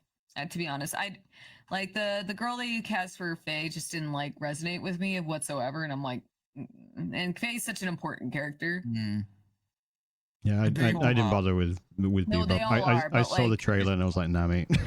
I just Yeah, I wasn't there, interested. there are certain anime, like there's a reason it's anime. You know what I mean? Like there's a reason Yeah. it's drawn and in that medium and not live action. And I felt like Bebop was one of those things that you can't make a faithful adaptation because it's very like, I don't know, people don't bend in that way not naturally. You know what I mean? Like Jazz anime. Cowboy Bebop is jazz anime, Yeah. and trying to Yeah. compare that to the There's like in the Yeah. case with Cowboy Bebop though, and I know we're like going way off of this topic. yeah, it's cool. Is like I said, with in comparison, like One Piece, where One Piece is like 1,000 episodes. It is such a daunting task if you want to like get into it.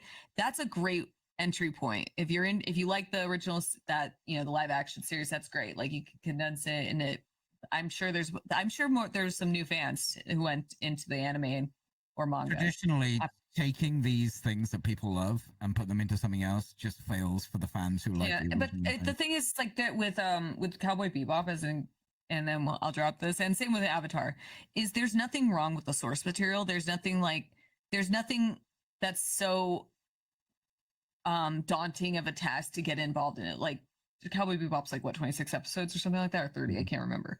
And it's, even though it's an older show, it holds up on its own. There's no it Classic. didn't age poorly. I'm sure there is something that's aged poorly. I just can't remember. Probably. But that's with the case with anything. There's just there wasn't a need to make that live action. There was nothing to add on to it. Same with Avatar. There's nothing to add on to that. Like, yeah, you could do some cool special effects, but I think that They couldn't in the movie. they didn't in the movie. And I just think with the show, it's like it works so well as a show, as a cartoon, that I think it actually enhances the experience as a cartoon. So making it live action was just kind of like, it was just such an unnecessary thing. And but Fallout worked out great, But as a crossover media, video games can be good at that. Mm-hmm. Very, You're very, right. very So true. circling back, I think this actually would be a great project. I would like to I'll be cautiously optimistic. Avatar does not get treated well. It's such a shame how poorly this, which such a gem of a show. So it's because the people who sign off on it are just many people. They don't give a shit. I agree. They could really use like a good game under their belt, and who knows? Maybe this will be like, you know, because like Lord of the Rings kind of did the same thing, where there wasn't really very many good games until like Shadow of Mordor. True. Yeah, the controller or the person, the creator of the IP, needs to not like just tell them what to do, but make sure that the ideals of the original thing still stand up and are present. Not micromanaged, because people still need to make their own thing. You know, create still need to create. 100%. Mm-hmm. Did you guys see the photo mode for Death Stranding 2? No, I did not. So they made like a big deal about it at the Tokyo Game Show. This is the photo mode for those who are watching live. You can do some weird shit. So, like, you know, photo mode, it's usually, we will freeze whatever is happening. You can maybe control the camera, throw on some filters and stuff cute, like that. Actually, I did see this. I like this. I saw this on my phone. I wasn't really paying attention. I thought this was just cosplayers. No, this is the photo mode. These are the characters in the game. You control them and you can just make them do weird shit. That's actually really cute. You can just make, like, this stuff isn't like a cinematic that you're like using through photo mode. You're literally going, you know what, behave weird. So I can take pictures of you. I'm not gonna lie though, this is probably one of the greatest things I've seen in a while. Like photo modes can be like, I like photo modes, but I don't use them. That's fair. Like ever. You know, I think Ghost of Tsushima, I got really excited when I saw the photo mode, and I was like, ooh, this is great, and got really invested for like 5 minutes, and then I just never touched it again. Yeah. But modes I've been obsessed with are the one from Spider-Man, the Spider-Man game. Not the second one, the first one was on PC. Used that constantly. And in Warhammer Space Marine 2, so I could look at every nut and bolt that's on certain vehicles to see what mark they were. Imagine if you could make... It's important to me that I saw that bolt. Imagine if you could make Tychus dance. Honestly, I will buy Death Stranding 2 just for this. Yeah, it does feel like a whole ass side game. So joyful. This is such a joyful inclusion.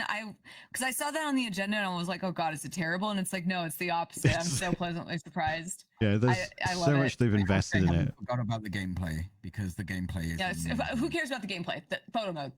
Photo mode. But yeah, I just thought, like, for those who, well, obviously anyone listening won't be aware, but I literally put this on the agenda as Death Stranding 2's photo mode, and then a sub bullet point of, I will not elaborate on this. that was all it was on the agenda. Yeah, I saw that and I was like, is it bad? It's bad. It has to be bad. It's just weird. Like, in a good way, to be clear. Cautiously optimistic. Yeah. It's a photo mode. It's fun. And then we're pleasantly surprised with such a joyful inclusion of a feature. I love it. Yeah. I'm quite a fan. It's definitely Kojima'd. It's very Kojima'd. What was next? He does have the joy of a toddler in him, doesn't he? I think he just likes being a creative. Like he's going into the whole transmedia thing as well. I think he wants to like make films and stuff like that. I think he wants to do that with Death Stranding. I think he'd do well with that. I like Kojima. He's not my favorite, creative, but I like him enough, know, and I can see he puts a lot of passion, and he has a good drive. Everything he's attached to himself, he has passion for it. Yeah, I know, and like I have nothing but the utmost respect for that. Just because like it's not. Did you see him in Cyberpunk? Yes, I did. I spent like an hour just hanging out with him in photo mode. Gotta love Kojima. I think he's a pioneer. I think he's a bit weird sometimes. It's like, really? He's an auteur. Oh, he is definitely an odd one, but I like the guy. Yeah, for sure. He's got good character, let's say. The last thing was Jason Schreier's new book, Play Nice. Now, I'm actually quite intrigued by this because I've seen snippets on various journalists, like articles and stuff. I recently watched a podcast that had Jason Schreier on it. He's on a load of them because obviously he's done a circuit for his book. And the like anecdotes and stuff that he's shared so far have basically like confirmed things that I thought about Blizzard. He talks about how Project Titan was supposed to be World of StarCraft, basically. which I was like, what? That would have been sick. And one of the reasons it fell apart is because they didn't know how to make StarCraft an MMO properly. And they also then talked about, because Project Titan failed, that's when Activision got more involved with the company, and that's why stuff starts going downhill. And that's why Overwatch was basically the last like good game that was just Blizzard kind of thing. So there's lots of like really, really cool stuff. He shared another anecdote that's in the book. Like apparently in the 90s at GDC, Blizzard got banned from a hotel because they all got really, really drunk and then vomited into a bath, which flooded it, and then they flooded like the entire floor or something like that. So the hotel banned them. Yeah, so there's like loads of really, really cool stuff like that. I've just pre-ordered the audiobook, which is about 9 hours long. So I'll be giving a listen to that. Like there's the good, there's the bad, there's just like loads of secret projects and stuff that we wouldn't have known about. For example, they're giving StarCraft a shooter again for the 3rd time. That's currently in production. It's no, they won't. It'll go the same way of Ghost. I mean, it's the 3rd time as well. So there was Ghost, then there was the 2nd attempt, and now this is the 3rd attempt. The 3rd attempt, they've got the guy from Far Cry 3 directing it, I believe, or producing it. So maybe something will come out of it. It was still remembered by anyone who didn't play StarCraft. It's not relevant. This will go nowhere. This is owned by big fucking Microsoft now. It's not. We're not. That's not happening. I mean, yes and no. Like if it was still Kotick, I would agree.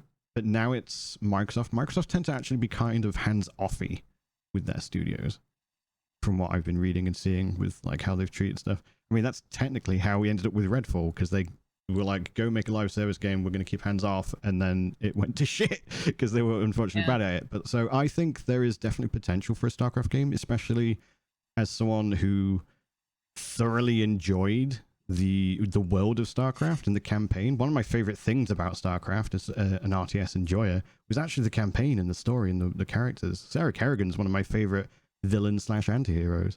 Like I think they could really do something with StarCraft, and I think it's a world that they have squandered and should be capitalizing on.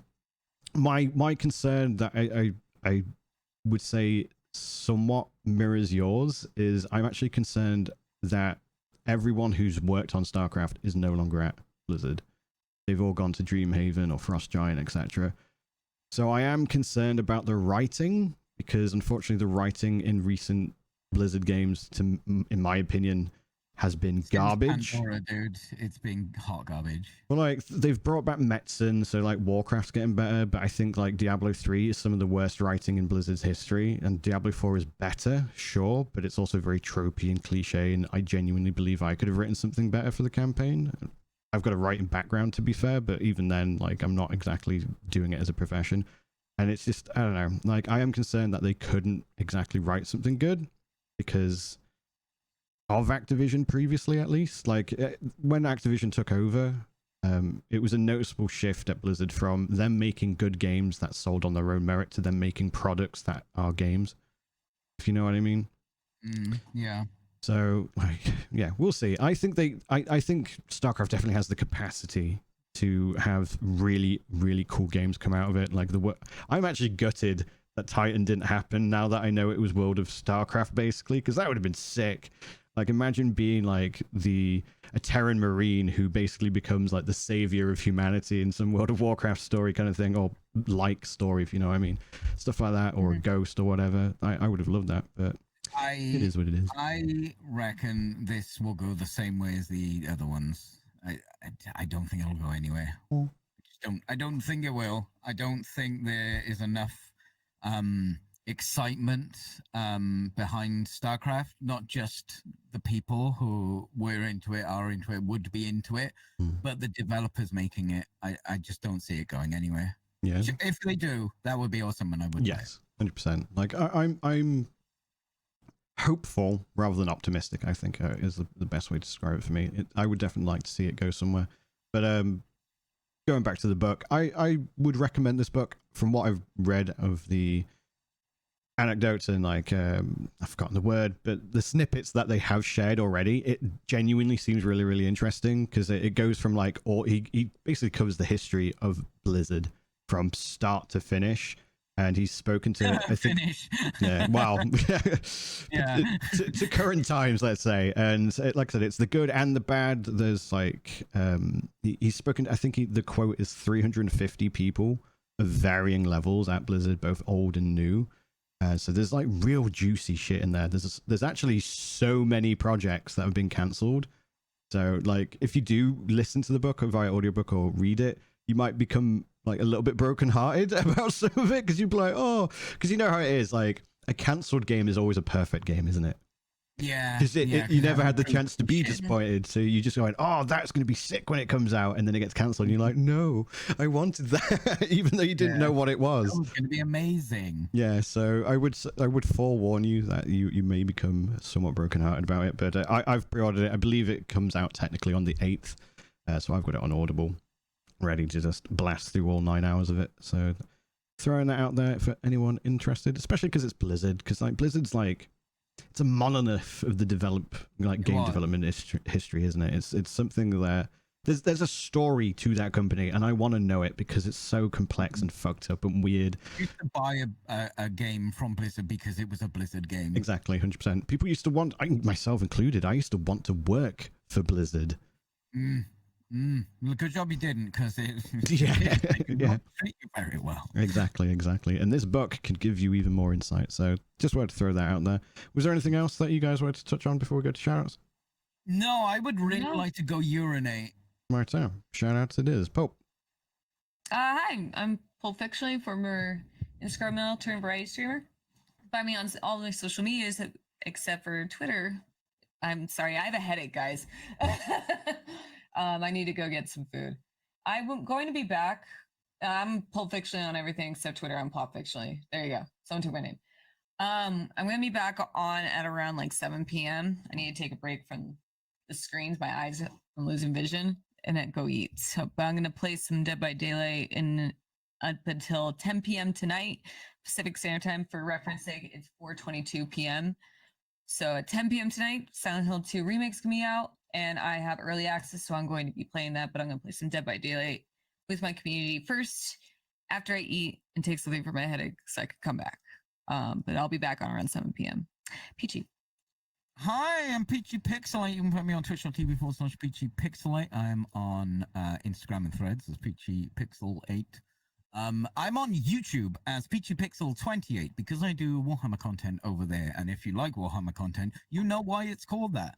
I'll be back tomorrow on stream, 3 p.m. UK, with more Lollipop Chainsaw. And we're going to spin the wheel. I'm playing horror games all throughout October. And tomorrow at 7:45 p.m. UK time, I'm going to spin the wheel and we're going to find out what random game that I have, a horror game that I have in my Steam library that we're going to play on Thursday. So come and spin the wheel. It'll be fun. We're going to do votes and it'll be fun. It'll be fun. I request fun. Now I request Bryan to do his shout out.